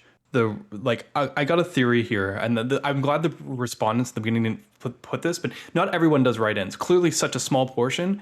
I feel like Solid's community was a higher write-in community, and I think I might know why. I'm going to share this in the chat right now. Do you guys remember how I shared the original survey out to everyone on Twitter? I don't know if I did this intentionally or not, but if you I just shared the link, and then I was like, here we are. I will say the experience of filling out the survey was miles better than last year. The only reason it took me 20 minutes was filling out all the freeform fields of all the people in tech that I look up to. I basically told everyone to go fill in the freeform fields. Again, I don't know, this tweet probably had that much engagement. I can't remember. 25 likes on this converts decently well to this being like a higher number. That makes a lot of sense. It's weird how these little biases, like once we're sub 1,000, these are very controllable numbers. I could get something entirely fake put in here next year. I could even try that. I could put in a video to say, hey, put Create T4 app in this, and we'll see if we can make it to number 1 in other tools. Right. So yeah, I'm that's my theory, at least, because as you will see through the rest of the survey, write-ins favored Solid and myself quite well. But yeah, checks out. Write-in trash. People saying in chat, you have trash as the number 1 other tool. This isn't Redwood's only showing, right? I think it might. I think this is Redwood's only showing. That is an interesting reflection of how GitHub stars are not the full story. Mm-hmm. I mean, they kind of are in the sense that Redwood stagnated in stars, but sure, total, yeah, growth over time still. Do we care to talk about testing? Everything but V-test. Yeah, V-test did well. Everything else is going down. Playwright did well too. Playwright is doing well. Puppeteer is not, which is weird. I feel like Playwright is now what Puppeteer was to Cypress to Selenium. Oh, that's fascinating. I actually didn't realize it was that much more regarded. Yeah, Puppeteer has died to Playwright. And testing. How's Jess doing? Jess is doing. Yeah. No, it's dropping. Testing library feels like, I think was the top of this category, isn't it? Ooh, I can't remember. I can go to the ranking. It's Vitest took it from testing library. Yeah, okay. But testing library and Playwright are really close. Jest is going down. Storybooks. I hate the storybooks in testing. I hate that so much. I hate that so fucking much. Where would you put it? Anywhere else. I'd put Storybook more in fucking rendering frameworks than I would in testing. Yeah, no, if you're using Storybook for testing, you're not using Storybook right or testing right. Like Storybook is a developer tool for working on components in an isolated fashion such that you can basically build like a component library doc for your stuff. If you need to write, like people use Storybook as like the render method to do jest tests, and they're just bolting things that weren't meant to work together, and the result is utter fucking chaos to maintain. I've never seen Storybook used well for testing in any code base, and I've seen a lot that did it. So somebody asked in chat, is there a Storybook but not bad? Yeah, Storybook but used right. If you really want a component library in your application that's like a reusable set of components that you want to be able to scroll through, look at, play with, and then use in your stuff, Storybook's a nice way to look at, identify what the components do and how they do it, and then use them. That's all Storybook is. It is best in class for now. For components. Yeah. Sorry, I didn't mean to cut you off there. It's a dev environment for your components. It gives you a dev server, a presentation when it's done so that your kind of designers can go back and look at it and play with it. Yes. Yeah, testing is a small part. The problem I've seen is that people tend to not draw a clear enough distinction between a like reusable design library component and an application specific component, where they end up with like I've seen storybooks that have like app view mounted in them or chat view mounted in them. Whereas like you're not going to reuse the chat. The chat goes in one place. The chat has 15 other things that should be in Storybook in it, but you just put that in there because you don't know how to actually run the app locally. And I've seen that so much. Yeah. Storybook is one of the most like incorrectly used pieces of technology I've ever seen in my life. Doesn't mean it's bad. It just means it's badly used. And it shouldn't be in this category. This being in this category is encouraging the problematic mindset. They're going through their next moment right now as well, where they're trying to very slowly migrate off of Webpack onto V, like do the whole, it's a huge undertaking. And I think, again, back when Snowpack was coming out, we were talking about them as they were saying, can we move from Webpack to Snowpack? They're at the very least not losing users, I don't think. But man, that's a huge migration that they're going through right now, pretty successfully so far. Project idea for anybody in the audience who's looking for something to build. VTest came and absolutely demolished Jest in terms of interest and is quickly winning a lot of users over. I think there's an opportunity to do that with Storybook using Astro. Like use Astro to build a minimal mount any component from anything framework for testing things and like doing local dev. There's a huge opportunity there. And I think Astro would be one of the best things to build a Storybook killer on top of. I think there might be, I don't know if they're any good, but I think there might be some stuff already coming off Vite in this way. I don't know, was it Histoire or like there's a few things, not Astro based, but Vite based Storybook type things. I just haven't looked into them much, but I know that they are in the works. If anyone wants to work on this, ping me on our Discord and I will single-handedly help you. Single-handedly? Personally. That's the word I was looking for. Yes. Huge opportunity there. Anyways, anything else in this section we care about? I don't think so. Cool. Go through mobile and desktop quick. This one was interesting because native apps have such a crazy trajectory of like up, down, up, down, up, down. Interesting. Yeah, I paid a lot. Yeah, what is that all? Yeah, okay. But generally trending down. This is tough because it's a JS framework survey. Yeah. It's kind of tough to see. It's just interesting seeing it's how... almost like a control. Kind of. What's interesting to me with native is how the relationship between native devs and web devs and web devs changes so drastically back and forth.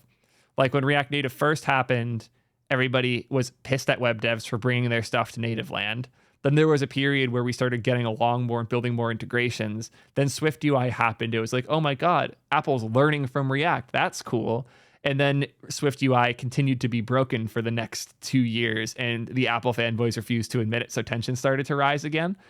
And then Electron as well had a very notable impact here. I think that the relationship between people who write JS for a living and people who don't but still write user-facing applications for a living has been tenuous enough that this being all over the place makes sense to me. I'd be curious how this all maps to usage. Maybe that's that kind of like vibe check, but some of these, like I think of Ionic as like a lot of up and down on usage as well. Expo fairly new. Yeah, I know a little less than the tooling category. Somebody in chat said they actually love Flutter, and I mentioned that we're talking about native apps, not bad game engines. Anyways. What was the other one? Famous? That was a cool JS framework that did animation. Theo Theo, you need to adopt the just like, don't say anything about those comments. Just go into chat, write ban, and then go back to like pretend like nothing even happened. No, it's way better content to make fun of like Flutter comments. And for every one I comment on, there's like 50 I ignored. I actually on YouTube, I was getting too aggressive in the replies. So what I'll do now is I will see a comment that I fucking hate. I will type up the reply. I'll screenshot it and then ban the original commenter from ever commenting on my stuff again and not reply. Scorched earth policy to opinions. No, it's not like if you have an opinion that I disagree with, that's different from like there are some very funny shit posts that are like, wow, clearly Theo's never written code before if he doesn't think unit tests are necessary.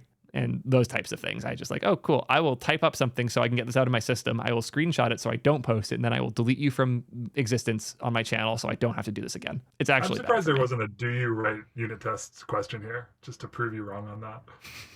Next year, we'll get them to add that question. All right. Actually, we could check here, like what the overall numbers were for response on this. Is there, can we get the actual data somewhere here? You want usage, I think. Rankings by, can I? But you gotta get out of ranking category. You're just getting the relative.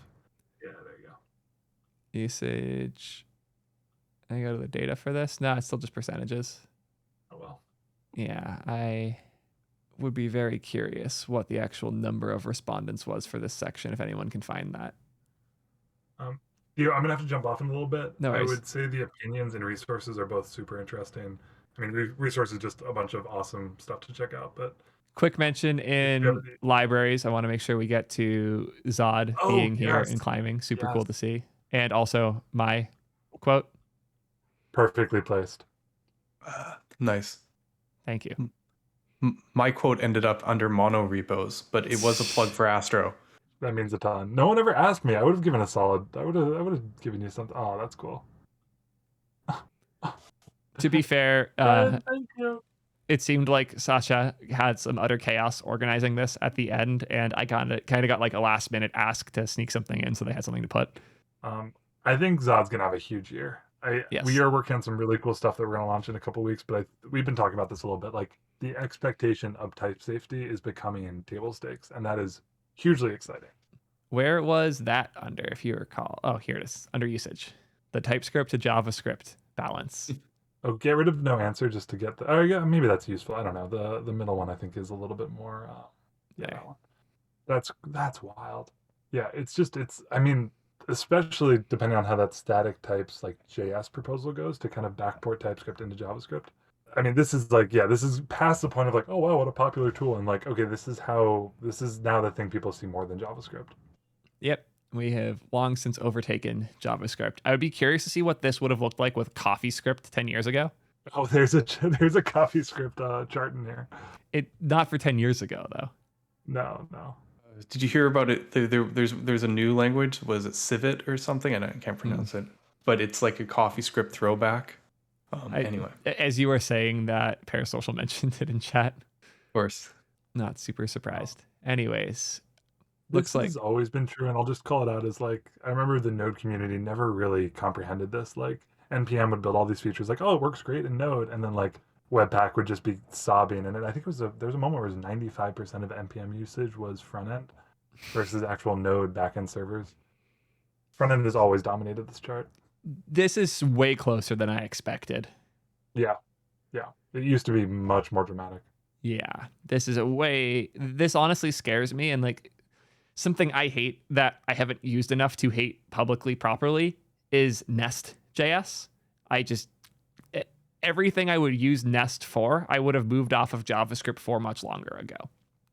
And this, I see why Nest.js exists when I look at this, because of the, 39,000 respondents, almost or over half are using JavaScript for backend development. How much of that is a Next.js developer checking both? Like they have an API endpoint, they ship Next.js, they check both. I think there's a muddy in here that I think comes into play on this chart. If we look at, there's a chart somewhere in here. I love that Primogen comes up in here. Where did fucking Express come up in here? Because I was pissed. Oh, here it is. Backend Frameworks is in other tools. Wild. And you see almost the exact same number here for Express users. So you're just Nobody wrong. quote me on this, but I believe Express is no longer maintained. It isn't. Like, it would be like if jQuery was the top of the front end, the UI frameworks category. Like, this might be the most worrying chart of them all. Yes. Express needs to die, and it needs to die really hard. I've been using Fastify, making it a point to not even mention Express if I can avoid it, specifically for that. But yeah, there's fewer backend developers than Express developers, according to this. That's wild. Yeah. So to the point of, is that just Next.js people? No, it is not. There's some other cool stuff on usage that if we could just quickly touch on, because one is, I think, something... I also wanted to complain about Nest being so high up here. Nest being double Fastify is a huge failure for the JavaScript community. Anyways, what were we saying in this one? I was going to say the bottom chart on this speaks to both the strength of the SPA as a pattern. Still going strong, like SSR being, half, a little more than half, shows how we all take that as table stakes, but for a lot of people, they don't even care. That's just fascinating to me. The other thing here that's interesting to me is more people are using SSG than they think they are, because like almost every Next user is SSGing something. So that's how I would describe the rest of this chart, is way more people are using all of these than I think they realize. And I see that as a strength of Astro. Progressive hydration. Island architecture. I mean, Island's architecture is partial hydration, first of all. Like I guess you could maybe call... Yeah, no, they're not making a dent here. You could call like other things like Qwik partial hydration, but not Islands. But that's like the one exception of that. Yeah. I think people have no clue what partial hydration is versus selective hydration versus progressive hydration. So like a partial is the most popular term. So anything that like people probably think they're like, I mean, there's a bit of both. People use it more than they know. And I think stuff like partial hydration, it's like, doesn't React 18 have that? So yeah, like if we quizzed our user base, I bet this would come back 50% yes, 50% no if they were using partial hydration, even though that's Astro's like secret sauce. But we don't talk, it's not on our homepage. We don't really talk about it. I found that really interesting here. I think the top four benefit from direct usage, while the bottom are that indirect we were talking about. Incremental is ISR and ISG are things that are talked about in Next, and I think are one of the most underrated features of Next and Vercel. So it's interesting seeing that as low as it is, but otherwise I agree. Yeah, no, that's interesting actually. Yeah, and I believe Gatsby Cloud and Netlify DSG also have very similar types of features too. In that category, people probably just don't maybe don't group in their head that those acronyms are semi-interchangeable. So like, yeah. Makes sense. Yeah. Let's hop into resources and opinions. You said are the two that you cared about, Fred? Before you go? Opinions more than resources. I mean, resources is just all people. We gotta do resources, right? We'll go back, but we can do that after Fred leaves. Celebrities. Yeah, I gotta jump. So yeah, we wanted to do this quick. JavaScript's moving in the right direction. This is we talked about it at the beginning a bit. People are like pretty cool with the direction JavaScript is moving in right now. Yeah, the disagree is small as ever, and we're seeing increase in disagree, a slight decrease in agree strongly. So it's moving, but yeah, pretty minimally. Yeah, but we saw this huge bump from 2018 to 2019, mostly into agree. I guess it's also a chunk away from agree strongly, which sucks, but this actually looks like there's like seeding more doubt slowly, but at a very slow rate. Yeah. And for anybody saying that this 18% is actually the whole industry, and actually that's neutral. So there's only 5% total that disagree that JavaScript's moving in the right direction. That's such a small percentage that like anybody who's saying everyone thinks this, they're just being quiet about it. Yeah. So that's where the self-selection, you're probably not filling this, you're probably not getting to this last question, 20 minutes, an hour, however long it took, if you don't like JavaScript. That being said, there's no way that accounts for a 50% error on this chart. If people are upset enough, they are going through it just to vent about how upset they are. So I disagree in that regard. The strong agree and strong disagree are represented by you care enough to get that far. Disagree and agree are much more general. I don't know how neutral can be 18% if you cared enough to do this. Yeah, that's a good call out. It's definitely higher than 5%, but yeah, I think I would cap it at like 10 or 20 max. Disagreeing with the statement out in the real world. Again, totally made up numbers. How about this one? Interesting. What do you think about this? See, I think complexity is going up, but this is suggesting that. Oh no, yeah, strongly agree. Yeah. So we are starting to hit that curve. This reflects the curve we saw earlier in the other chart, much earlier in the stream. I can't remember what we were looking at, where we were seeing the curve just now turning the other direction, kind of like the innovation curve. Yeah, this is like this trails the innovation curve by like 6 months or a year or whatever. But what's wild to me here is, right, so 2016, a much more complex perception than today, right? But like, think of what we're dealing with today that wasn't there. What is this? 1, 2, 3, 4, 5, 6, 6 years ago, 7 years ago? Like, there was no edge runtime. There was no middleware. Like, SSR was like barely a thing. I don't know if this speaks to perception or if it speaks to how good dev tools have gotten to paper over that and make you not have to worry about it. And like, dev tools, I mean both the Next.js of the world and also the Vercel, like the full picture being taken care of for you. I think there's two, like if I was to chart this out, I would say like complexity is going up, but quality of tools that reduce complexity is going up like alongside it really well. And any given application has like its own complexity. So I'm just gonna Excalibur draw this because it's easier to explain that way. I would say like we have like complexity of JavaScript over time slowly going up. We have the complexity of your own app over time, which might go up, might go down more, might spike because you have some crazy new feature you need. And then you have the complexity of the ability for tools to abstract away complexity, which I would argue is like this with its own crazy spikes.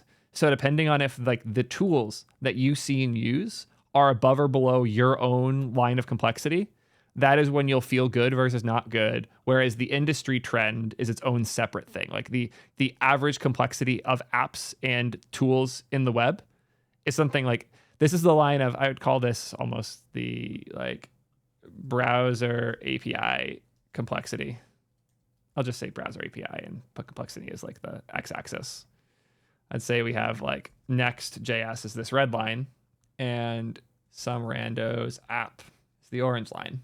And the problem with that chart is that every respondent isn't responding in terms of green versus red.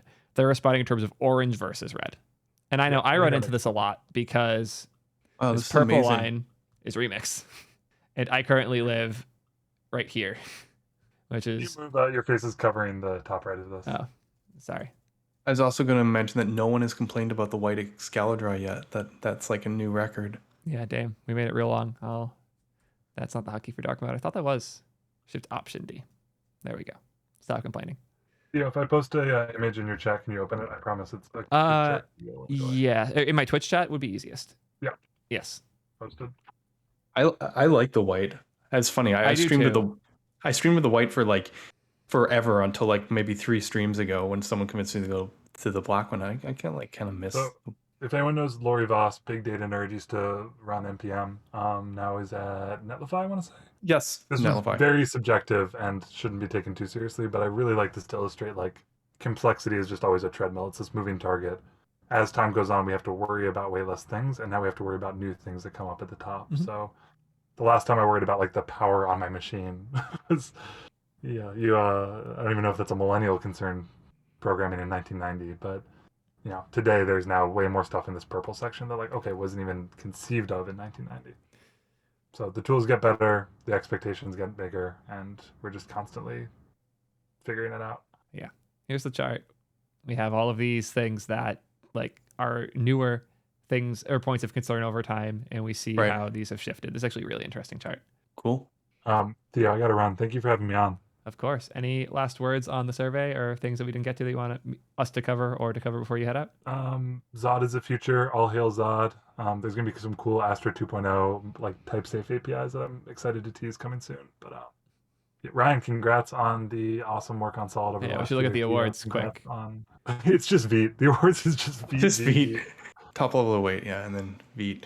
Most write-ins is Astro. Yeah. Most commented. All right, I gotta run. Love you guys. Yeah. Thanks, man. Keep it real. Yeah. We didn't cover resources yet. Resources, no. Yeah, resources, yeah. That's the last section.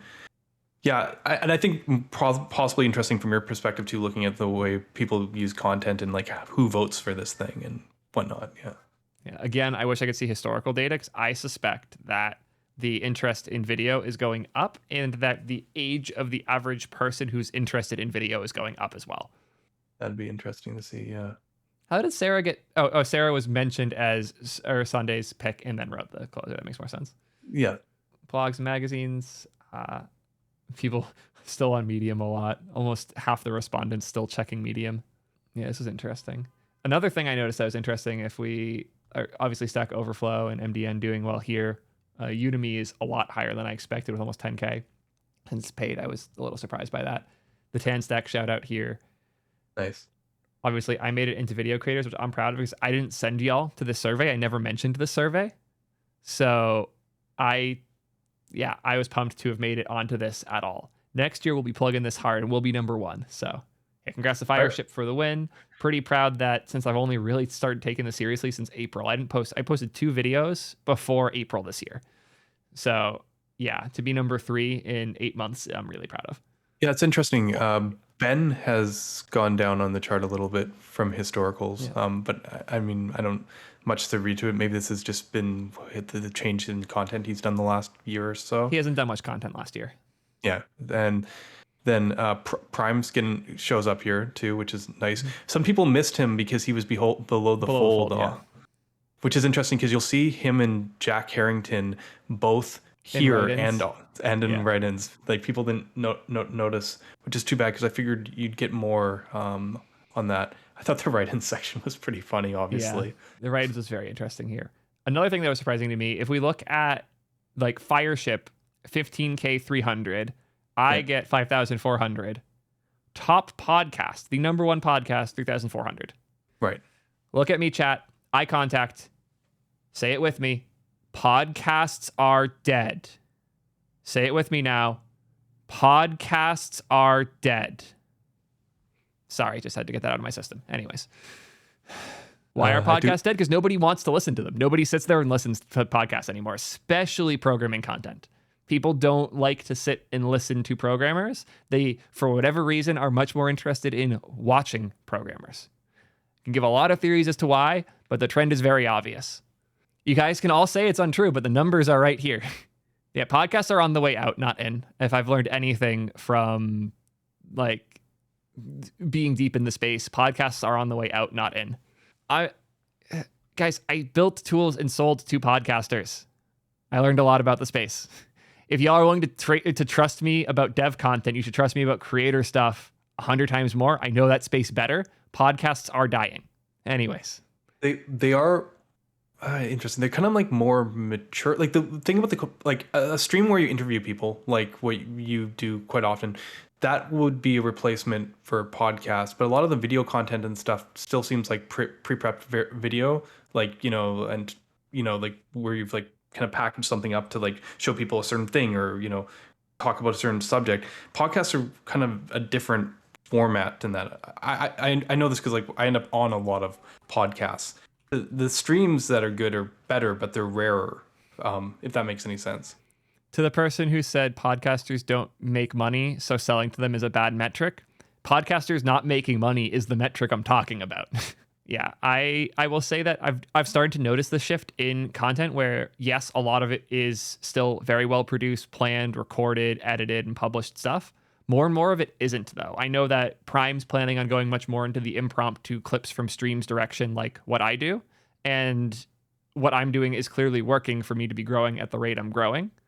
It's, the idea of a podcast as a thing on the podcast app on your phone that you listen to on the go about programming stuff or in general is on the way out in favor of a YouTube conversation or a more impromptu type of video content that you can still listen to if you choose to do it in a listening fashion instead. But there's a reason that these numbers are so much smaller than like how far up in the video person chart do you have to get before you hit this number? So 33,559. So if we drop that, we do the second most popular podcast at 1,546.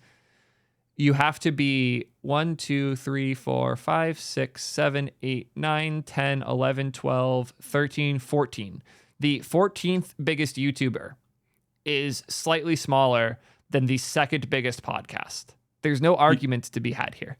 No, and the podcasts themselves have been trying to shift format. I've been seeing this when I because I do them. They started recording videos. They started trying to, but they haven't really. I haven't seen anyone actually make that transfer completely. But that's that's the trend I'm seeing. They're actually recording their podcast and recording video at the same time, trying to do it. But they're still very the show isn't show enough. You can tell that they're thinking podcast, how they can get the best audio clips, and they kind of don't acknowledge that the live stream is really a stream. But yeah, I'm starting to see that shift a little bit. Yeah. So remember that this was with double the respondents this year versus last year. So 1690, number of respondents doubled. And for the biggest podcast, let me just get these next to each other so it's easier to compare between the two. The biggest one slightly under doubled. The second biggest one tripled, so it's growing. This one did well. How did Changelog do? Changelog did not do great.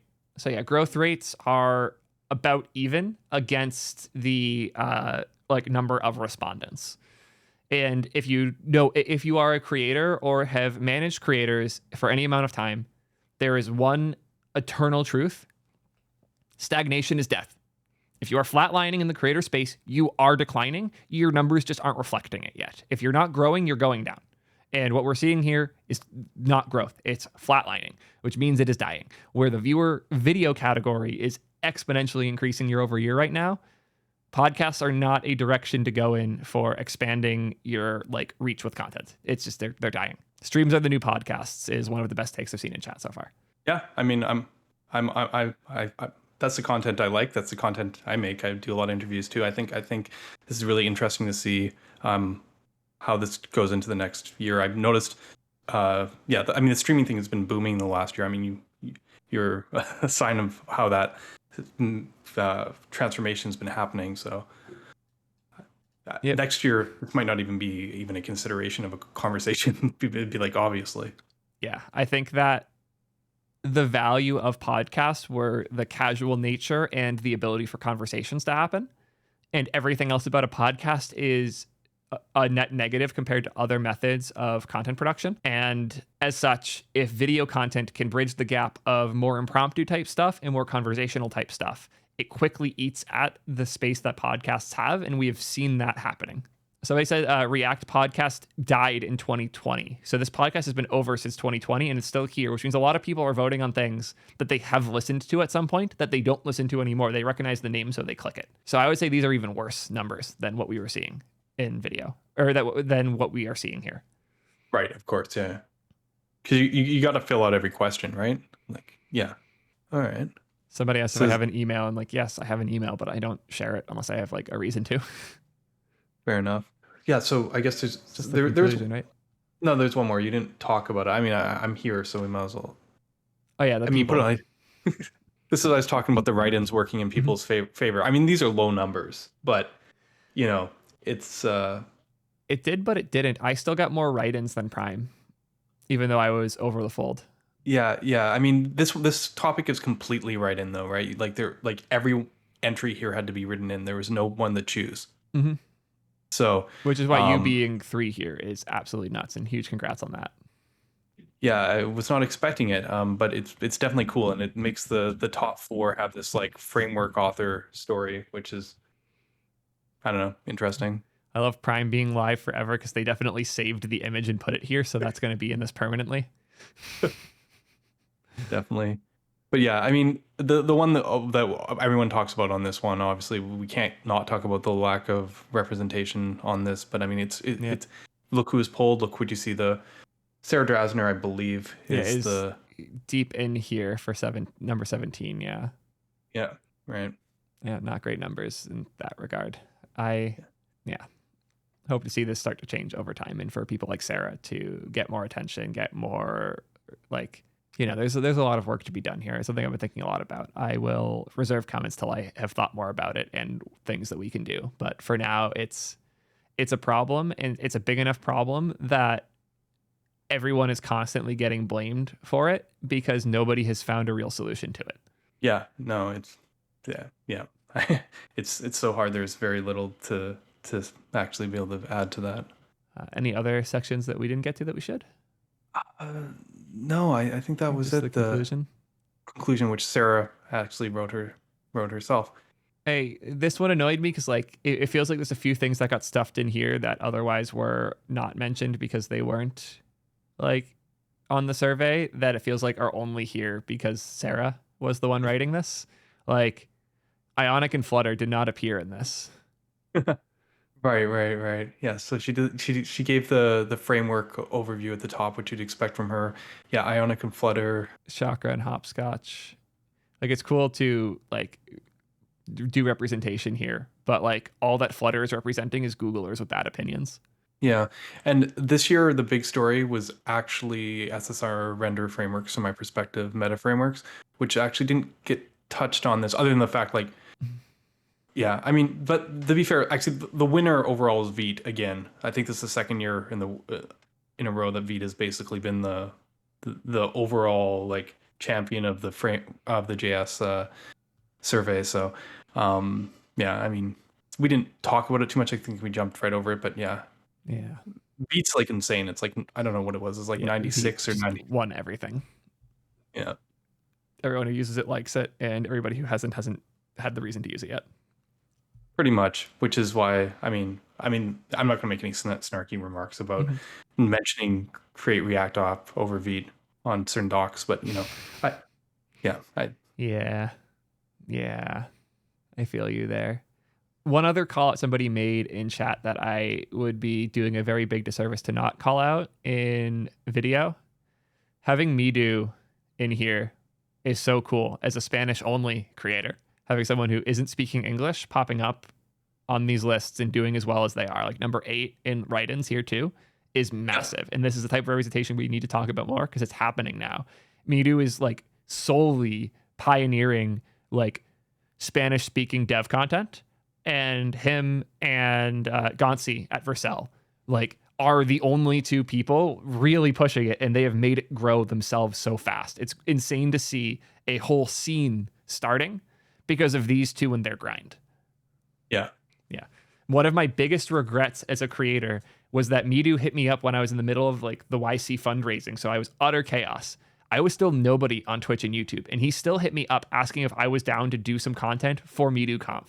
And I had to very begrudgingly say no because I'm too busy and stressed at the moment. And it's one of like the things I kick myself for constantly because he fucking killed it. And even just to like be able to say I was some part would have been so cool. Regardless, his grind has been nuts, and I have the highest respect for Midu. Lee Rob just shared Brazilian hacker news in chat, which is really cool to see. Fantastic. Like the Brazilian community has been incredible as well. Obviously, like Brazil is very overrepresented in my audience too. Love y'all. Super cool stuff. I think that's all we have for this. Fantastic opportunity to go through all of the last year of JavaScript. I think this survey was super cool. Any other last words on this, Ryan?